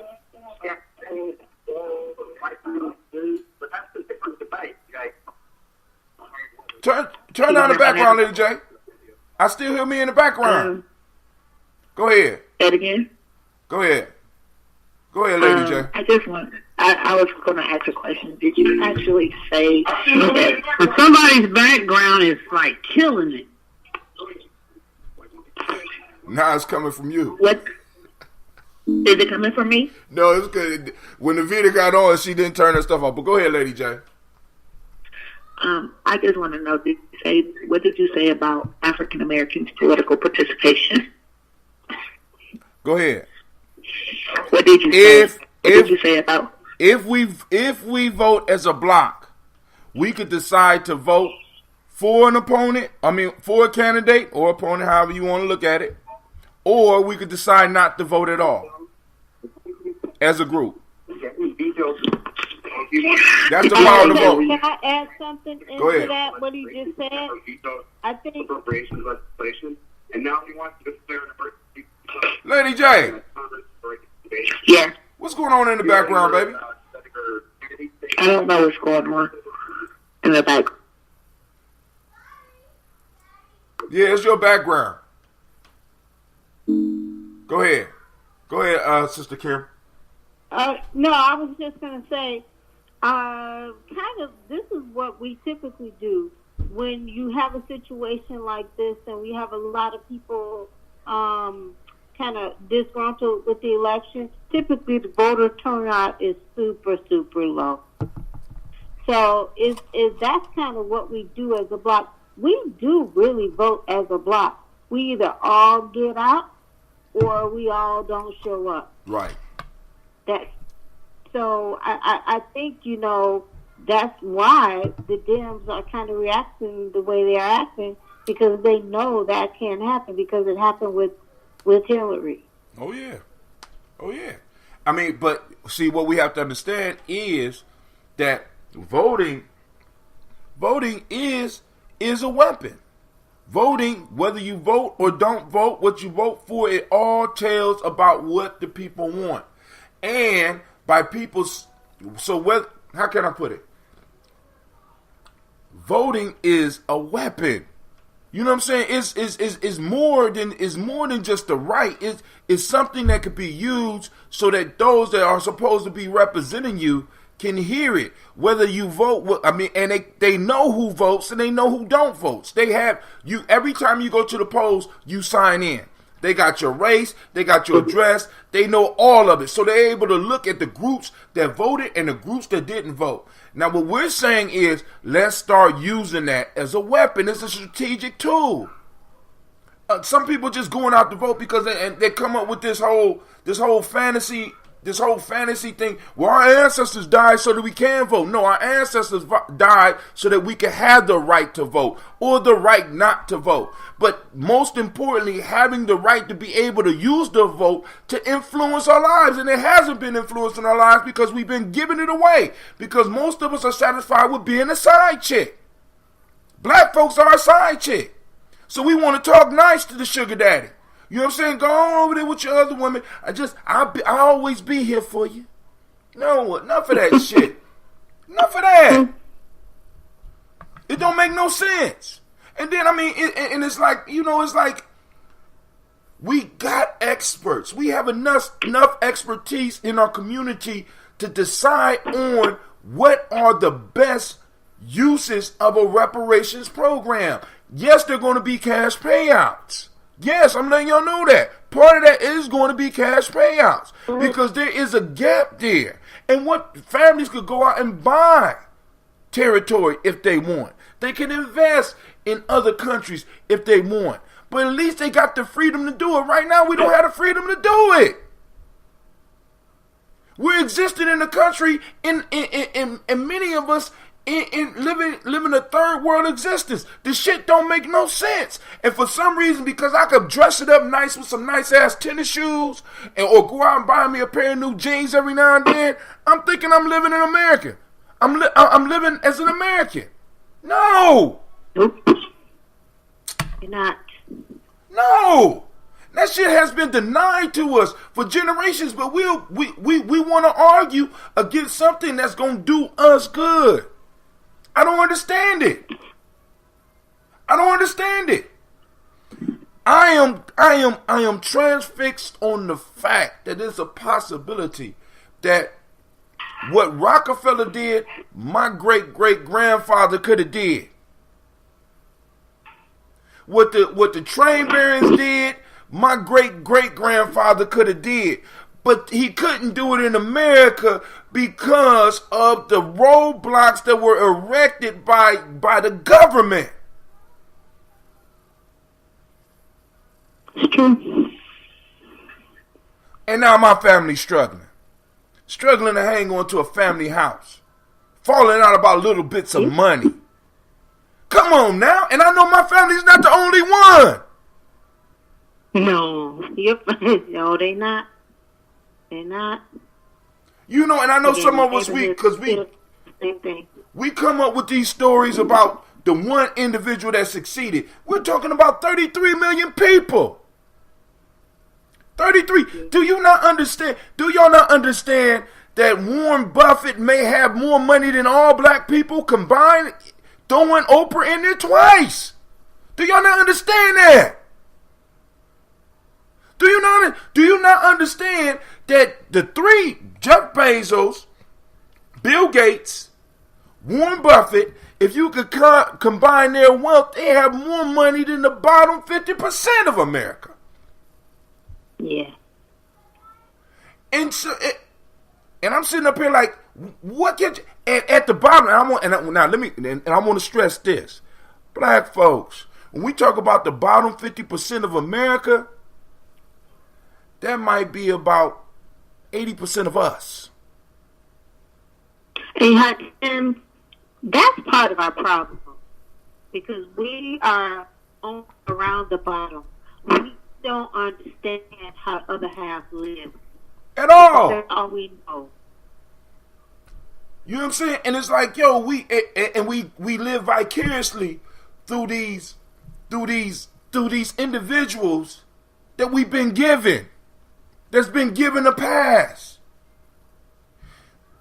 And we start thinking it's possible. Yeah. Even some of us will go out and vote against tax raises because we say shit like, when I get rich, I don't want them taking my money.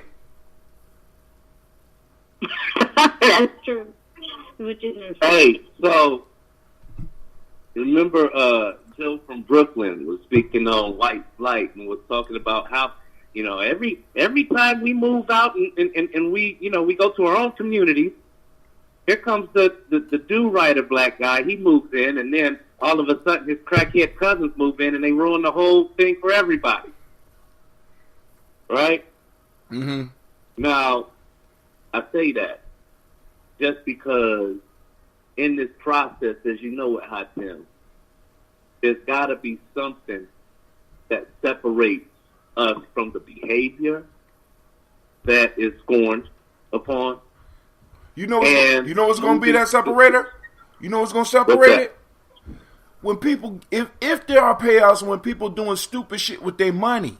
See, what we got to understand is, regardless of the behavior, see, because the behaviors are a symptom of the cause. Yeah. What is the overall cause? Yeah. A lot of the behaviors that we are talking about are behaviors that our people had to adapt in order to survive in some form or fashion. There's a sickness there, so part of the reparations will be developing individuals that are able to do therapy specifically for our people, education specifically for our people. We need to become a protected class, Shaka. Now, I don't understand why people don't see that that's part of reparations. Go ahead. A few years ago, I every year I like to find something to just do research on. Mm-hmm. So a few years ago, I just read a bunch of books about slavery, and I learned there was one book I was reading, and it was talking about a slave who found $1. And they were like, they didn't know what to do with it. They were just amazed by this $1. And it just hit me because they never had money. They never dealt with money. So, you know, we didn't get reparations, which would have taught us how to handle money. If you look at Black Americans, how many generations do we have of people who actually know how to handle money? Some people gonna look at it. We didn't do it Right. for the whole time we were enslaved. We didn't handle money. True. And then when we were sharecroppers, you were exchanging goods, so you weren't dealing with money. So for most of us, we didn't really start dealing with money until maybe like our grandparents, the World War II generation, was when they first started dealing with money. Mm. And so part of that, if we had had reparations, we wouldn't be in this situation. And part of that is also how some of the immigrants excel past us, because if nothing else, they know how to deal with money. They've been dealing with money. We didn't have that experience. But you know, Sister Kim, we're gonna get those arguments where that don't matter. You know what I'm saying? No, really. See, because this is what we're dealing with. We're dealing with. No, that's the thing too, Hashem, is that like you got to realize that like in the world that I see every day, and what I'm talking about is like I spend less time on Facebook now because people are very accessible on tags. All right, that is no longer a dating site. It's a straight up live site that's really giving Facebook a run for their money right now. Because there's a lot of folk that just went that way and never came back. So the whole piece is that people do stupid shit on tags.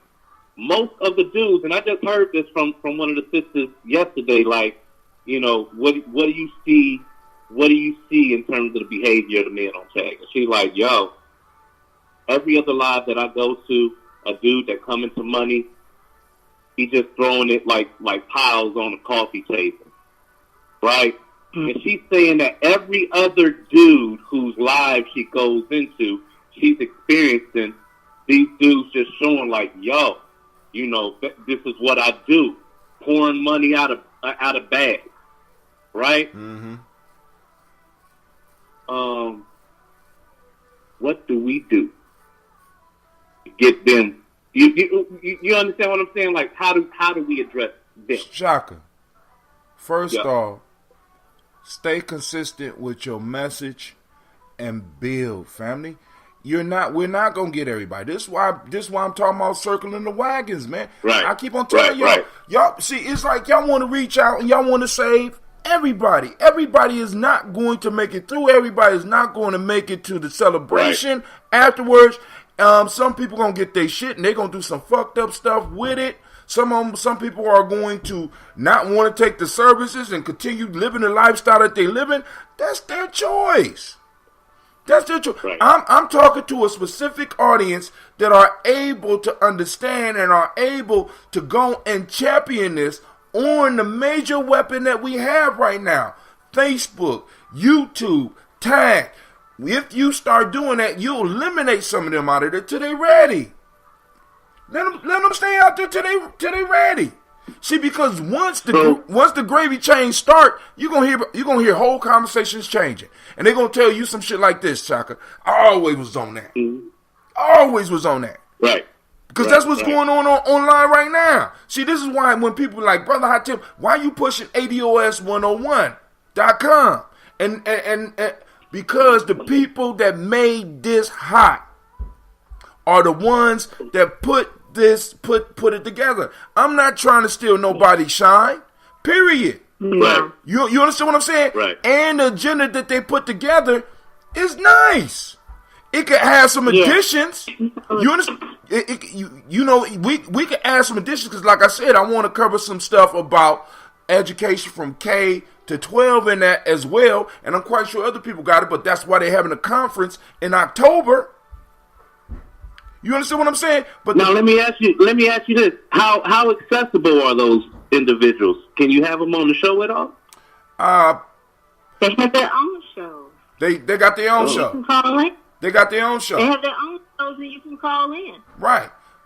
Sister Kim done spoke to several of them. I mean, she done spoke to 2 of them on their show. Oh, that's wow. Okay. You see what I'm saying? And for them to come over to my platform, it would appear that I'm trying to use them to build up my platform, and I don't want to have no parts of no shit like that. What I want to do is you have a good message. Y'all have done the work, and I want to help you. I want to help you help us. So I'm telling all my people on my platform, please go and check that out. ADOS 101, Yvette Carnell, Tone Talks. Look at the data. Look at the work that they have been putting in specifically for ADOS. Now, we got room for allies, and the allies got to understand that they are dealing with a wounded and a hurt people. And in the time of us sitting up here trying to make you feel comfortable because you may be part of the group that has been hurting us is over. Give me, fuck you, pay me. Hey, man. That should be I'm going to do a shirt. Hashtag fuck you, pay me. Go ahead. I just want to say, please don't mute me. I muted you. I just want to. I muted you because now I muted you not because of what you said. Now? Yeah, that it was because of the background, baby. Because it was. Go ahead.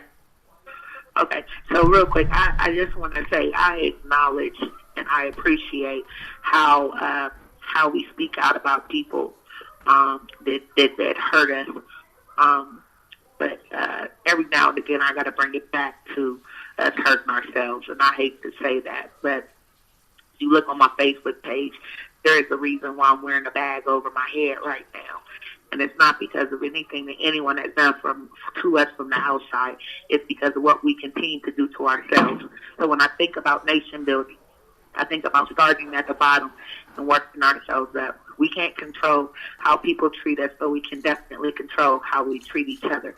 And I just hope that as we band together to support this reparation movement, that it also brings us to a point where we,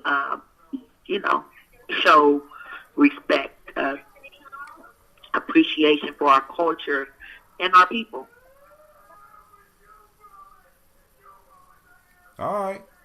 Now, hey, Hatim. Go ahead. I might go off on what you're saying, Lady J, right? And I'm gonna tell you why. Why? Because once again, you're speaking truth, right? But it might not be in the right place. Because we can address those issues, because we address those issues in the small ways and things that we're doing, and there are thousands of us out there addressing this in our daily work. And we're doing that. But the masses are not. This is why I keep on telling you, circle the wagons. That's it. Circle the wagons. Because now we got... Hold on. So now, see, because what's going to happen is, that's sort of like when people brought out Black Lives Matter. Other people would be like, well, no, all lives matter. And they got insulted because we had the audacity, or people had the audacity to say Black Lives Matter. I never really was in support of that, but I let them do their thing. And I never came back with all lives matter. Can I say something about that? Go ahead. Can I say something about the whole Black Lives Matter, but it's as if to say Black Lives Matter too. The second piece is that I liked it because it served as a reminder as well. It wasn't just something that we were speaking to the outsiders. We should have been speaking that to ourselves as well. Because again, when I look around my community, when I'm looking on my Facebook, those people who are dying at hands of people that look like them more often than not. So is there an issue with the system? Definitely yes. But again, I can't fix the problem from the top. I got to fix it from the bottom. Are you doing the work, Lady J? Yeah, but this is okay. Now hold on. Again, are other people on our platform? Let me just say this.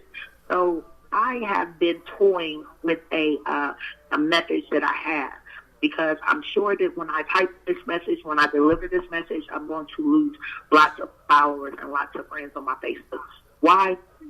Because people are going to accuse me of being, okay, they're going to use this term wrong, but they're going to accuse me of being an Uncle Tom, because I'm going to be speaking out against things that we do that are counterproductive to our movement. So when I say, yes, I'm doing the work, but it takes more than that. It also takes speaking out. It takes the... That's doing the work. It takes the propaganda. It takes the... Which is what we're doing right now, right? it takes putting people on blast for doing things that make no sense, that are counterproductive to our progression. But we don't do that enough. We hush. We speak out when other people do stuff to us. But the minute it's us doing something to us, be quiet. That's taboo for us to really talk about the things that we do that are counterproductive. And that we talk about it, Lady J. We talk about it, Lady J. Often. See, what I'm saying is, we talk about it.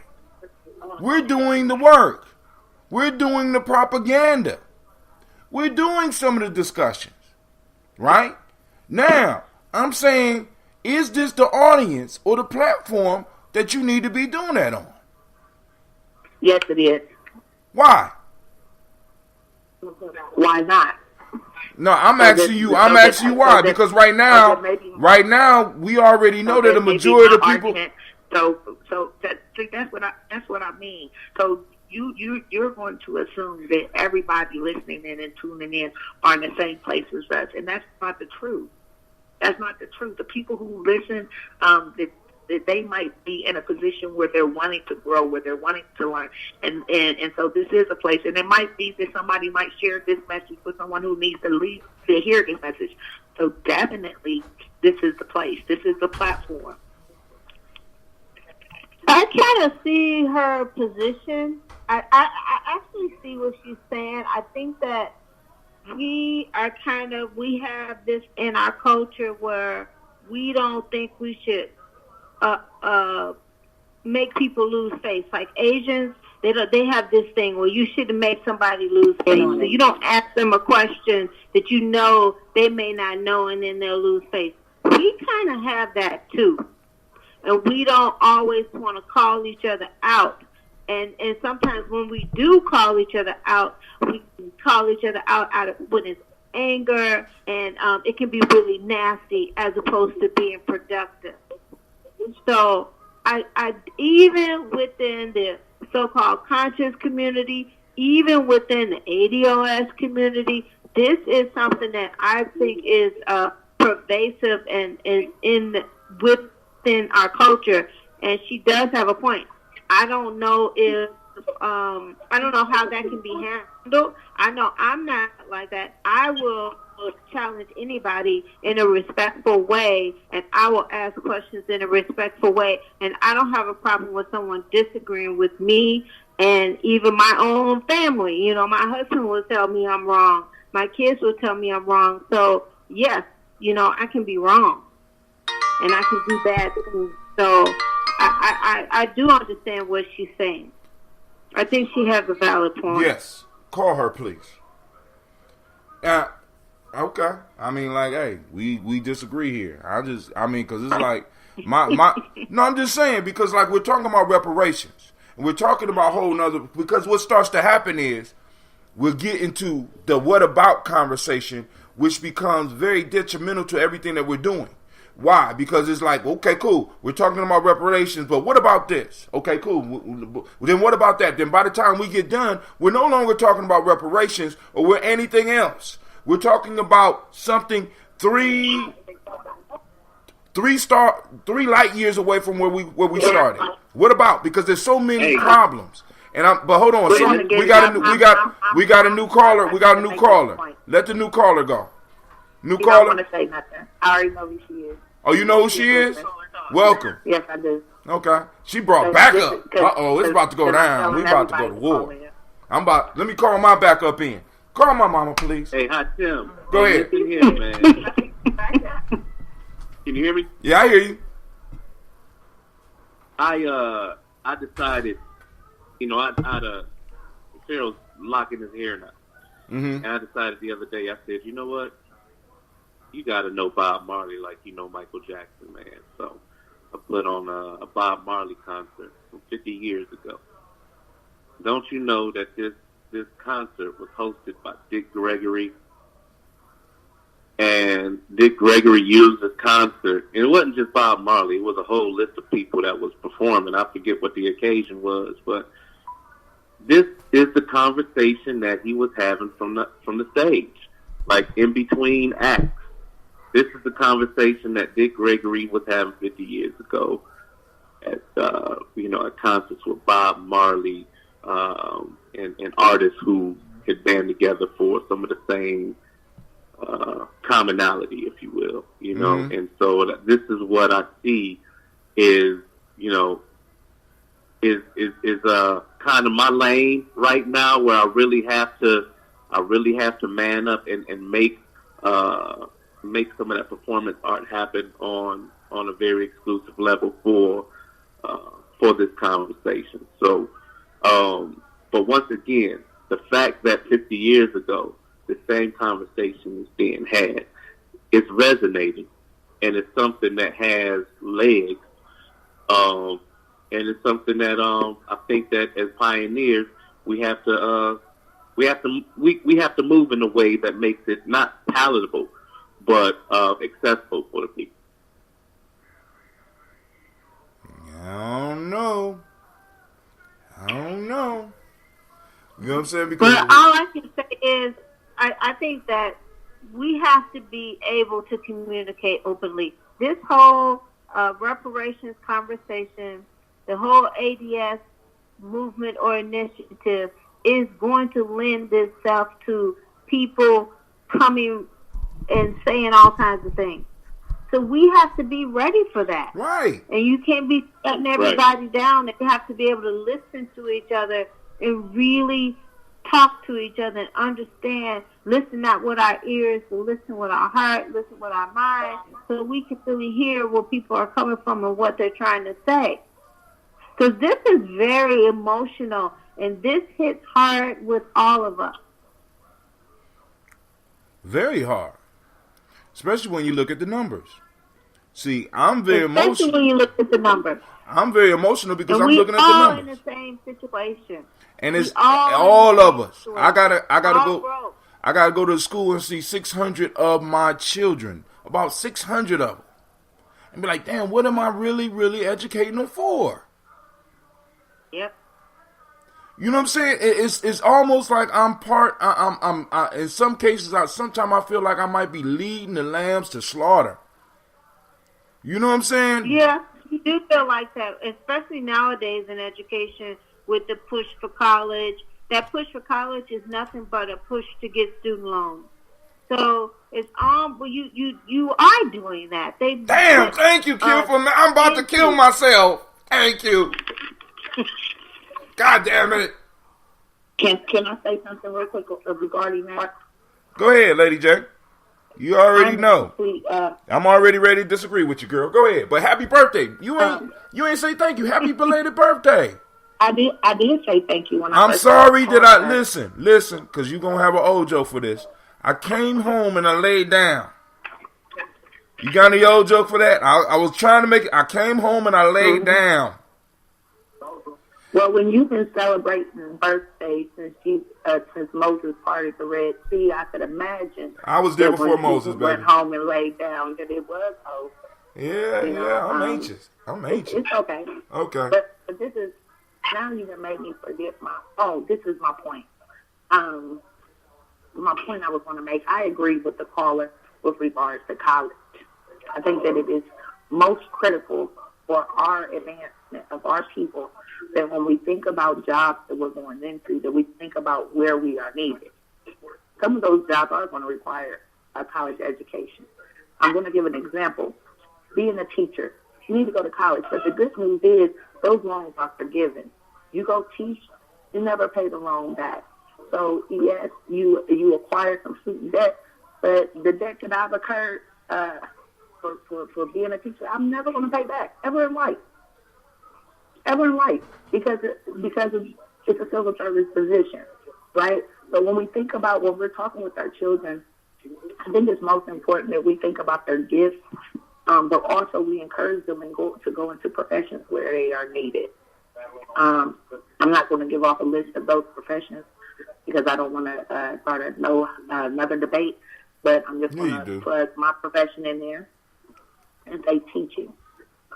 Teacher, we're hiring each and every day, and we're needing minorities in the classroom, especially when the gross majority of our children are African American, and a very small proportion of our teachers are of a minority group. There we go with those words. That's part of that's Yeah, part I of mean, she's really hitting hard tonight. There we go with those words. Sorry, I'm about to go the fuck It's the off. right time for me. I don't subscribe to minority. I don't know if other people do. I don't subscribe to people of color. I don't subscribe to minority. No, I don't do that. So, yeah, those words. Well, let me say this. Last year, we were going to, the teachers were thinking about striking, right? So they called us meeting. They had us come down to the fairgrounds, right? And so when I went into the meeting, there were probably 1,000 teachers in the room, right? Maybe even more. You know how many black people were there? 12. What, was I right? I just said 12. So, yeah. So that's why I'm saying the gross majority of the people, I mean, and then when you look at a district, when you look at the district where I work at, the gross majority of the students look like me. The teachers don't. So that's what I'm saying when I'm saying minority. I'm not saying. I know exactly what you meant, and what you said was appropriate. I'm just saying I don't consider myself to be a minority, and I don't consider myself to be a person of color. And if you want to look on a global scale, people who are not of color are the minority. We have an apartheid world. We have the minority control the 90-something% of the resources in the world. That's what we have. So I'm not a minority. The people controlling the resources are a minority, and they control the population in the United States. Because when the United States population began, it was not majority Caucasian. You know something you just said. I know you're gonna. I hate the way that this is about to come out, but you used the word people of color. And one thing that yes, she says she don't subscribe to that one either. Is that one thing that I often point out is that if you look at the number of colored people on Earth versus the people not colored, technically the people of color are not the minority. I just want to point that out. Now, but everyone's color. On only one corner of Earth. Thank you, Ms. Jackson. Has a people that are not colored. Throughout the world, everyone has pigment. Everyone. But one corner. Pigment. I mean, we can just say white people or Europeans. West Asians on my show. West Asians control. They are a minority on this planet, and they control this planet. We live in an apartheid. I just want to point this out. How Tim gets mad at me when I say this, because he says I'm going to give him too much credit. But I want to say this: if I'm standing somewhere and I'm standing somewhere with my little group, say me and my girls go out and we outnumbered, right? I'm going to have to come up with a new strategy. If we're about to go to war or if there's about to be a fight, I might have to come up with a new strategy to win if I know I'm outnumbered, right? Right. And so I often say one thing that the Europeans did that secured them their ability to colonize, to wreak havoc, to control, was that these people they mastered the art, I'm sorry to say this, of propaganda and psychological warfare. That is the only way I feel that they were able to do what they have done throughout history, is through propaganda and psychological warfare. So again, when I think about the fact that that we are at war, I think about we can't go into this battle using weapons that are not fighting off that are not combating the weapons that they're using.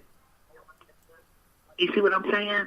So we don't, and that's why I like Dr. Umar Johnson, because he talks a lot about the power of propaganda, and we are not well versed in that. We're not well versed in that. We are, in fact, I feel like we are ignorant people when it comes to propaganda and the power All right, let me get. I'm about to share some propaganda. I'm about to share some propaganda real quick. You ready? I'm going to ADOS 101. I'm going to the Black Agenda. Now, this is one of the reasons that it was stated that I don't subscribe to minority or people of color, because those are washout terms. Well, we as black people have been able to be washed out. So we want people to start stating our name. Just like I say West Asian, that's part of the program. And listen, Europe don't exist. It's a mental construct that has been inflicted on us, and by us recognizing that, we substantiate their power mentally. That whole West Asian piece kind of helps you see through some of the illusions. Because when I challenge some of my kids, I said, look up Europe. Show me. I give anybody $100 to show me where Europe is separated from Asia. It's not. So then it's West Asia. It's not. It's West Asia. So now, but what they got. You're right. You're absolutely right. You're absolutely right. That's part of the mind games that Lady J is stressing on. And in small ways, that's how. You're right. You're right. Especially Chinese. Chinese people understand that very well. Oh, yeah. Oh, yeah. You know what I'm saying? And the piece is, we have to, like I said, part of this show's propaganda is calling the days by our principles so that we can start looking for our stuff. So, Lady J, I hope you've been noticing some of the propaganda that I've been putting out on a daily basis. Getting up, pouring for your ancestors. Propaganda. It's propaganda being used. You understand what I'm saying? This whole movement that what I'm talking about with Gye-Nyame is based on getting people to become symbol literate. Okay, I'm gonna need some memes about. I'm gonna need to see some memes. Well, no, baby, if you need, hold on. If you need reparations, if you need memes, what's stopping you from creating them? How do you know they're not out there? Look up, go to a meme generator. See, no, it's not. See, Lady J, I have no problem with staying in my lane. My lane is getting up in the morning and toasting our ancestors. Now, here's the propaganda to that. Who is owed reparations? Why are we owed reparations? Because of what our ancestors went through. Propaganda, baby. Symbolic speak. Those that are able to get it can get it. I'm saying remember your great-grandparents and what they went through so that you don't have to ask the question, are we old? Because a lot of us believe that everybody started off in the same boat, but our experience is totally different. But hold on, let me read this because I know you ain't go to the site.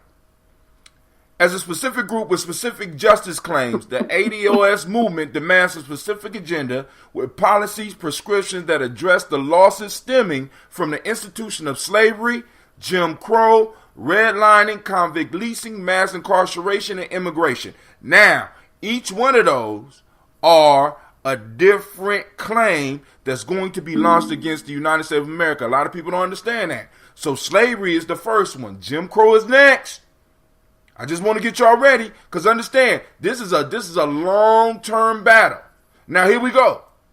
Let me get back to it. We demand a new deal for Black America, which includes but is not limited to. We need set-asides for American descendants of slavery, not minorities. A throwaway category which includes all groups except white men. That categorization has allowed Democrats to use programs like affirmative actions as giveaways to all groups in exchange for votes. The bribery must end.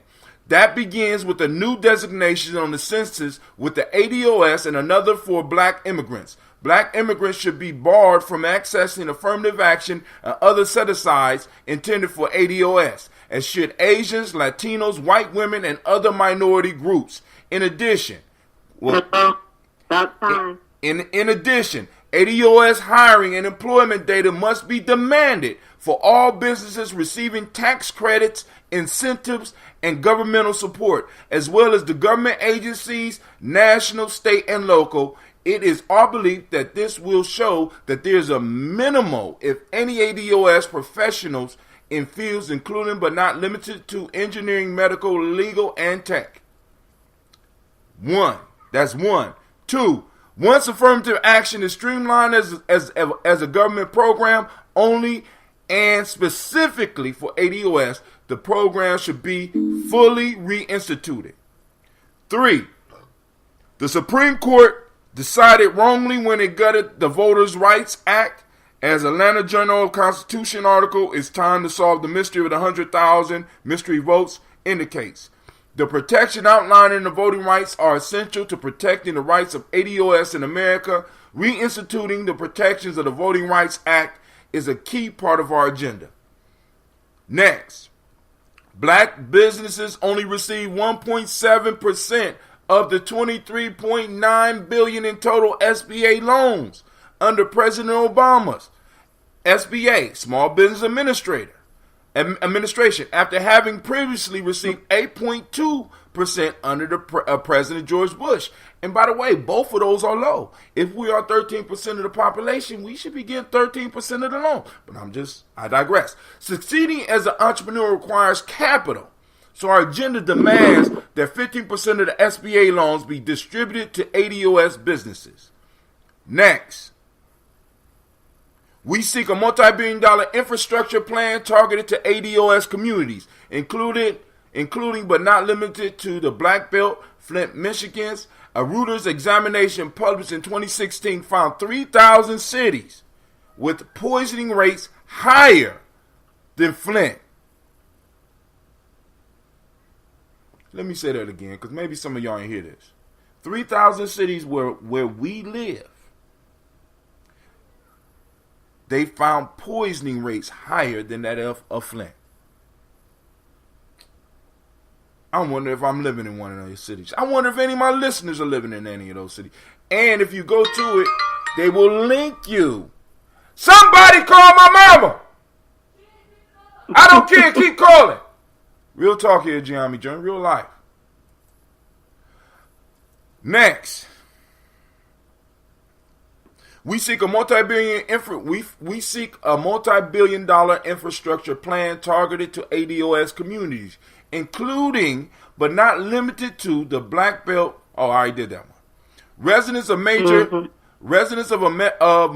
ADOS areas that have been poisoned under federal, local, and state government watch, such as not only Flint, Michigan, but Denmark, South Carolina, and others, must be financially compensated for the benign neglect of the Environmental Protection Agency and the government in general. The Justice Department must also institute protections which exact heavy fines and federal criminal prosecution for future offenders.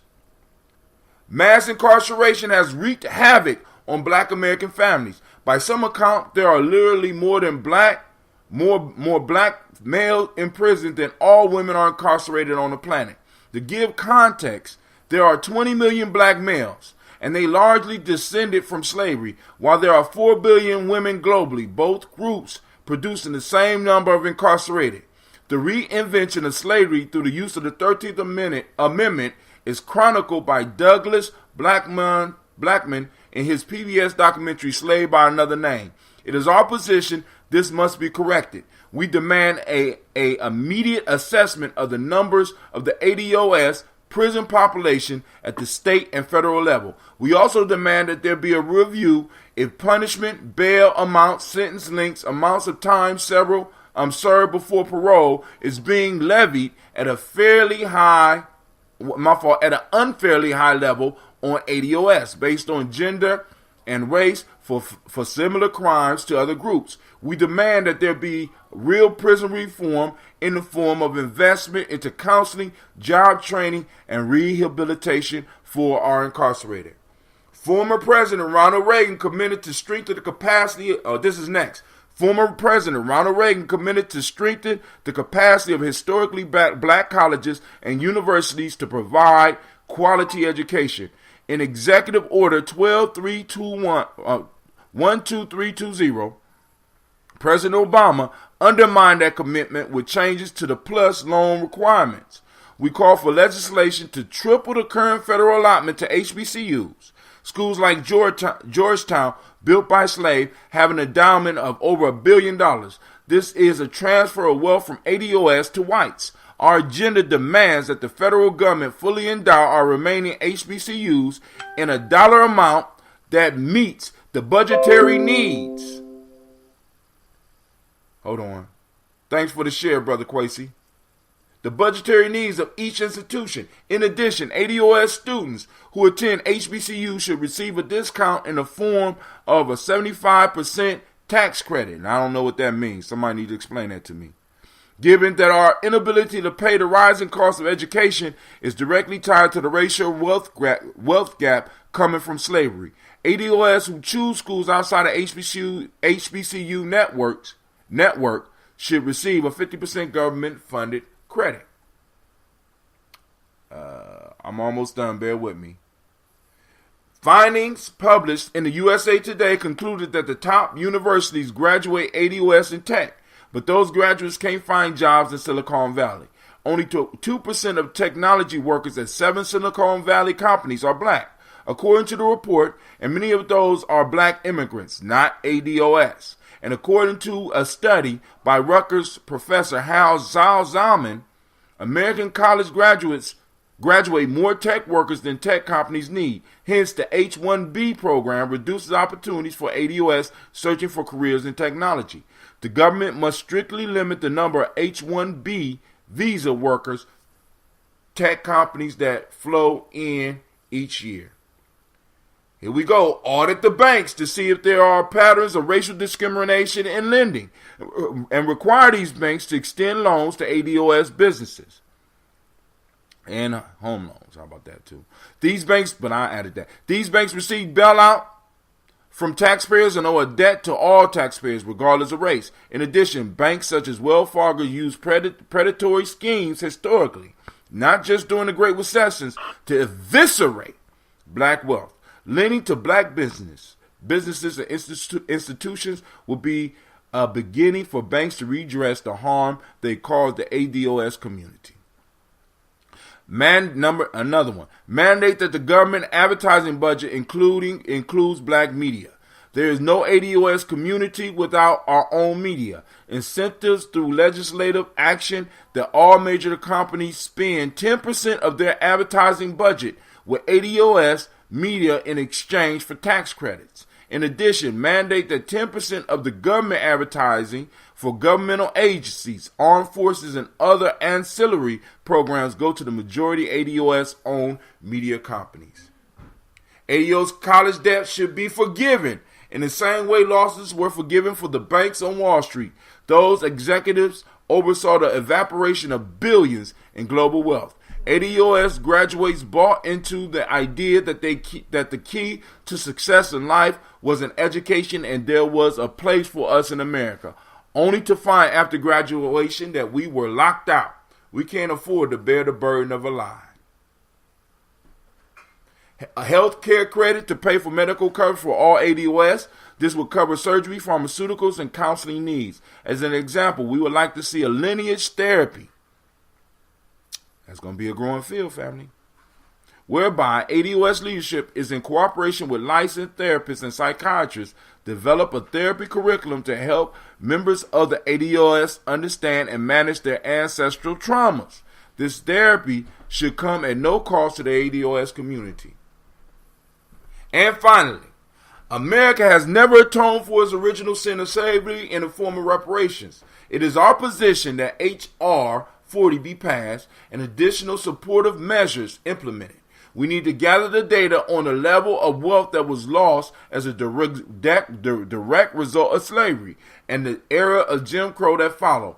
In the paper, 40 Acres and a Mule in the 21st Century, economist Sandy Darity of Duke University assessed the value today as, if we also take as a conservative estimate the total number of ex-slaves who had attained emancipation on the close of the Civil War as 4 million persons, 40 million acres of land valued at $400 million should have been distributed to the ex-slaves in 1865. The present value of that sum of money compounded from 1865 at 6%, 5% for interest earned, and 1% as inflation adjustment would amount to more than $1.3 trillion. If there are appropriately 30 million descendants of enslaved Africans in the United States today, the estimated base the estimate based on 40 acres yield an allocation of slightly more than $400,000 per recipient. ADOS demand that there be a real review of direct payouts needed to be made to be eligible recipients from gathered data and progress be made toward making ADOS family whole. Finally, oh, that's not a dot. Okay, cool. Without these measures being instituted, ADOS are locked out of the country our ancestors built during chattel slavery. Without reforms through transformative government, we will be left to continue living a third world life in a first world country. Goddamn. They know it. That's exactly what's going to happen. And we have to do this now. We have to. Simple agenda. I'm simple, straightforward. And of course, people, you know what I'm saying, as we start coming together and we start meeting on it, we can make suggestions to add, or we can start, promoting issues that we feel that need to be out there. But the point is, there is something there, and this is why I keep telling people, and I keep pushing people to that, because we don't have to recreate the wheel if there's a will there. You know what I'm saying? It is. I agree. And so family, it's right there. All you gotta do is look at it. You don't have to. Like I said, look at it and see what you feel might need to be added, so that you can start chiming in a discussion, and not just your feelings, but being able to come with the data to show that what you're saying is a true need. Not that I feel, not just from my personal experience, because that's how I'm going to come, so I just keep my mouth shut. You know what I'm saying? I wouldn't put a gender on everything. I'd be like, is one particular family that need $400 million because we was unjustly done, and I believe that my grandfather, my great-grandfather, my great-great-grandfather could have been in on that oil hustle and the train hustle. And the steel hustle. We missed all that shit. They still living off their money. And we missing out on whatever's going on now. Right now, because we ain't got no goddamn money. We always get in on the end. We missed out on the .com era in the 90s. We missed out on that. Because we ain't got no money. Not because we didn't. And in order to really study the Wall Street and really get involved, you got to have money to stay there, because they have internships where individuals have to basically live for no pay in some of the richest, in one of the most expensive cities in the country. Yeah. Come on now. I don't see how any person, any African American descendant of slaves, I have to train myself to stop saying African American. Any American descendant of slaves cannot agree with that. I just don't see how you cannot agree with that. About high 40s don't agree with reparations. See, I know. I mean, right? It's crazy. But you know what? If you don't think it can happen, that's one thing to disagree with it. You say I just don't believe it's possible. Okay, then you don't believe it's possible, but you don't have a problem with it. You just don't have faith. Right. That's all it is, too. And that's fine. Or not willing to do the work. See, because faith without works is, you know what I'm saying? Because, like I said, I'm willing to put in the work because I see what's coming. Right? So you going to the conference? Oh yeah. Yeah, I'm working on getting my tickets now. Only $15. The conference. How much are the tickets? $15. Okay, well, I can't go because I probably won't be in the States. But if you know somebody who wants to go, I'll buy their ticket. For $15, I'm trying to get about 10 people, and I want to take some young people so that they can listen to the conversation and maybe even get involved in the conversation. You know what I'm saying? Because like I said, so I'll put $50 in there. All right. So this is conversation for the Asian family. You know what I'm saying? Because this is gonna be one of those things like, this our civil rights marches and shit. Where were you? Where were you when they was fighting? Yeah, I will be in Ouagadougou, but I will sponsor some people to go for me. Hell yeah. You know what I'm saying? Because family, it's like, so I read the agenda. Anybody got beef with the agenda, call in. Anybody got questions about the agenda, I mean, you call in, I can answer to my best, but then, like I said, I would turn you to those stations, Tone Talks, Yvette Carnell, that I'm more versed in. And I can give you how I feel. I give you what I know from my personal experience. But as far as the data piece, I am lacking, and I'm not ashamed of that. I stay in my lane. You know what I'm saying? So, because like I said, a lot of my arguments come from the feeling and the thinking type thing of it. Because it's like, yo, this when you look at the numbers and you know that 2053 is the 0 day. That's the 0 year for us. And you know that it's going to be here sooner than 2053.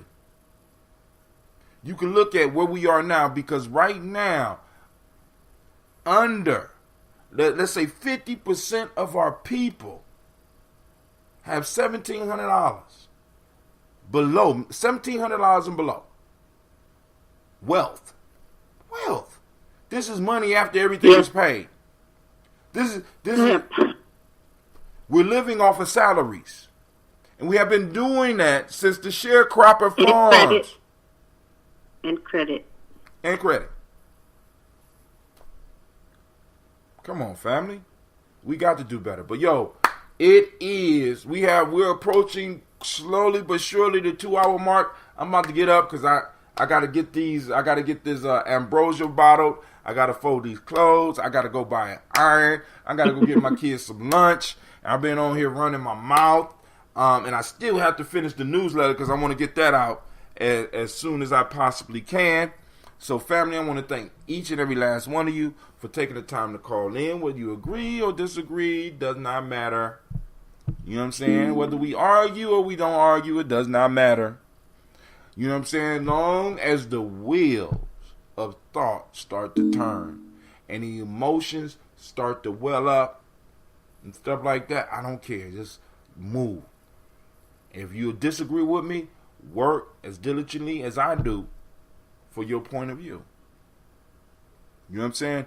Because it's one thing to get on the show and just talk about it. It's another to be doing the research. It's another to be posting up the things and letting people know this is where your mind frame is. So if you ain't got, you know what I'm saying, you got to let people know this is what's up. Whether we're talking about reparations or we're talking about black empowerment, which goes hand in hand, or we're talking about black entrepreneurship, we're talking about doing the mall, we're talking about doing the paper, whatever it is that you're doing. If you're not willing to get up and get busy, stop talking shit. Just be honest. I ain't doing shit. I'm gonna sit here, I'm gonna drink me some liquor, and I'm gonna go to the strip club, and I'm just sit around and not do shit. Just be honest, so we know where you are, we know who you are. So I ain't got to depend on you coming out. You know what I'm saying? And this is, like I said, I'm not reaching out because I'm not reaching out to people that's not going to participate. Don't make no sense. Make no sense. That make no sense. When I got a whole community of people that have already, in a sense, made pledges and ain't keeping their pledges, and I have to go around and I have to shake them up. I'm working on that. Let the young people do the outreach. I'm trying to shake up those that's in our circle now. You know what I'm saying? Pay, work, or get the fuck out. That's where I'm at, right? I mean, you know what I'm saying? And I know I shouldn't necessarily be like that because we supposed to be loving and altruistic and shit, but it's to a point now where when I look at what's coming for our children, if we are not serious, and I had a dream last night that I lost my youngest daughter on some simple shit. You understand what I'm saying? And I could be losing a whole generation.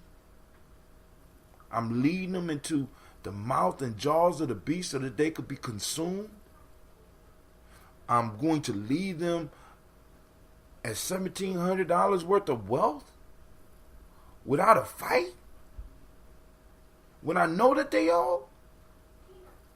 I'm not trying to be nice to motherfuckers. I'm not trying to team up with motherfuckers. I'm speaking specifically for my group and those that can't understand the grievance that I have and cannot understand the righteous indignation and righteous anger that I have. I don't need you. You don't have to agree. Right? But, you know, it's kind of messed up that your children may benefit in the same way that mine do, but that's the way it is. Because we got to understand, family, and I'm done. Everybody that claimed that they marched with Martin Luther King didn't march with Martin Luther King. Everybody that said they was down with the civil rights movement wasn't down with the civil rights movement. As a matter of fact, they saying some of the same shit to those individuals that was involved with the civil rights movement that they are saying to those of us that saying 81. Y'all shaking the boat. Y'all making too much noise. That's foolish. That ain't gonna never happen. That's stupid. Blah, blah, blah. And look at what we are now. Same thing happened with the Black Power movement. Y'all shaking the boat. Y'all doing it wrong. Let's look at some of the progress. And some of y'all like, what progress came from the Black Power movement? First off, if your child is eating breakfast or lunch, say thank you to the Black Power movement. Right? If you ever been to a free medical clinic, say thank you to the Black Power movement. God damn it. You understand? And that's probably most of the black folks that I'm talking to. Or if your grandchildren or your children are eating breakfast at school, it's because of the Black Power movement. You been to a free clinic. Thank you, Black Power. Thank you, Black Panthers. Thank you for being willing to do what y'all did. And they was talking about them as well. I want y'all to think about the Marcus Garvey movement. Do you think that everybody agree with Marcus Garvey? Matter of fact, we got notes and newspaper clippings that a lot of us wasn't with Marcus Garvey, and he was a troublemaker. He was starting shit that didn't need to be, and he was doing it totally wrong. So now, family, I'm telling you right now, you need to get your ass on the right side of history, and at least get versed with the facts before you come trying to attack people. Understand the benefits that will happen for black people globally if we are able to do this. We are trendsetters. Once we start doing shit, guess what happens all over the world?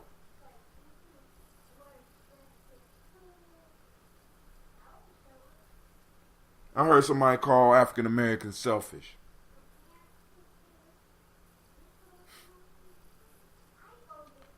If it is, that's a very recent phenomenon, because we have been willing to sacrifice and fight for everybody to be treated fairly. I'm just saying now it's time for us to direct that energy towards us. My babies are calling me. Family, I love y'all. Y'all take it easy. Peace. What's up, Sasha Mosh?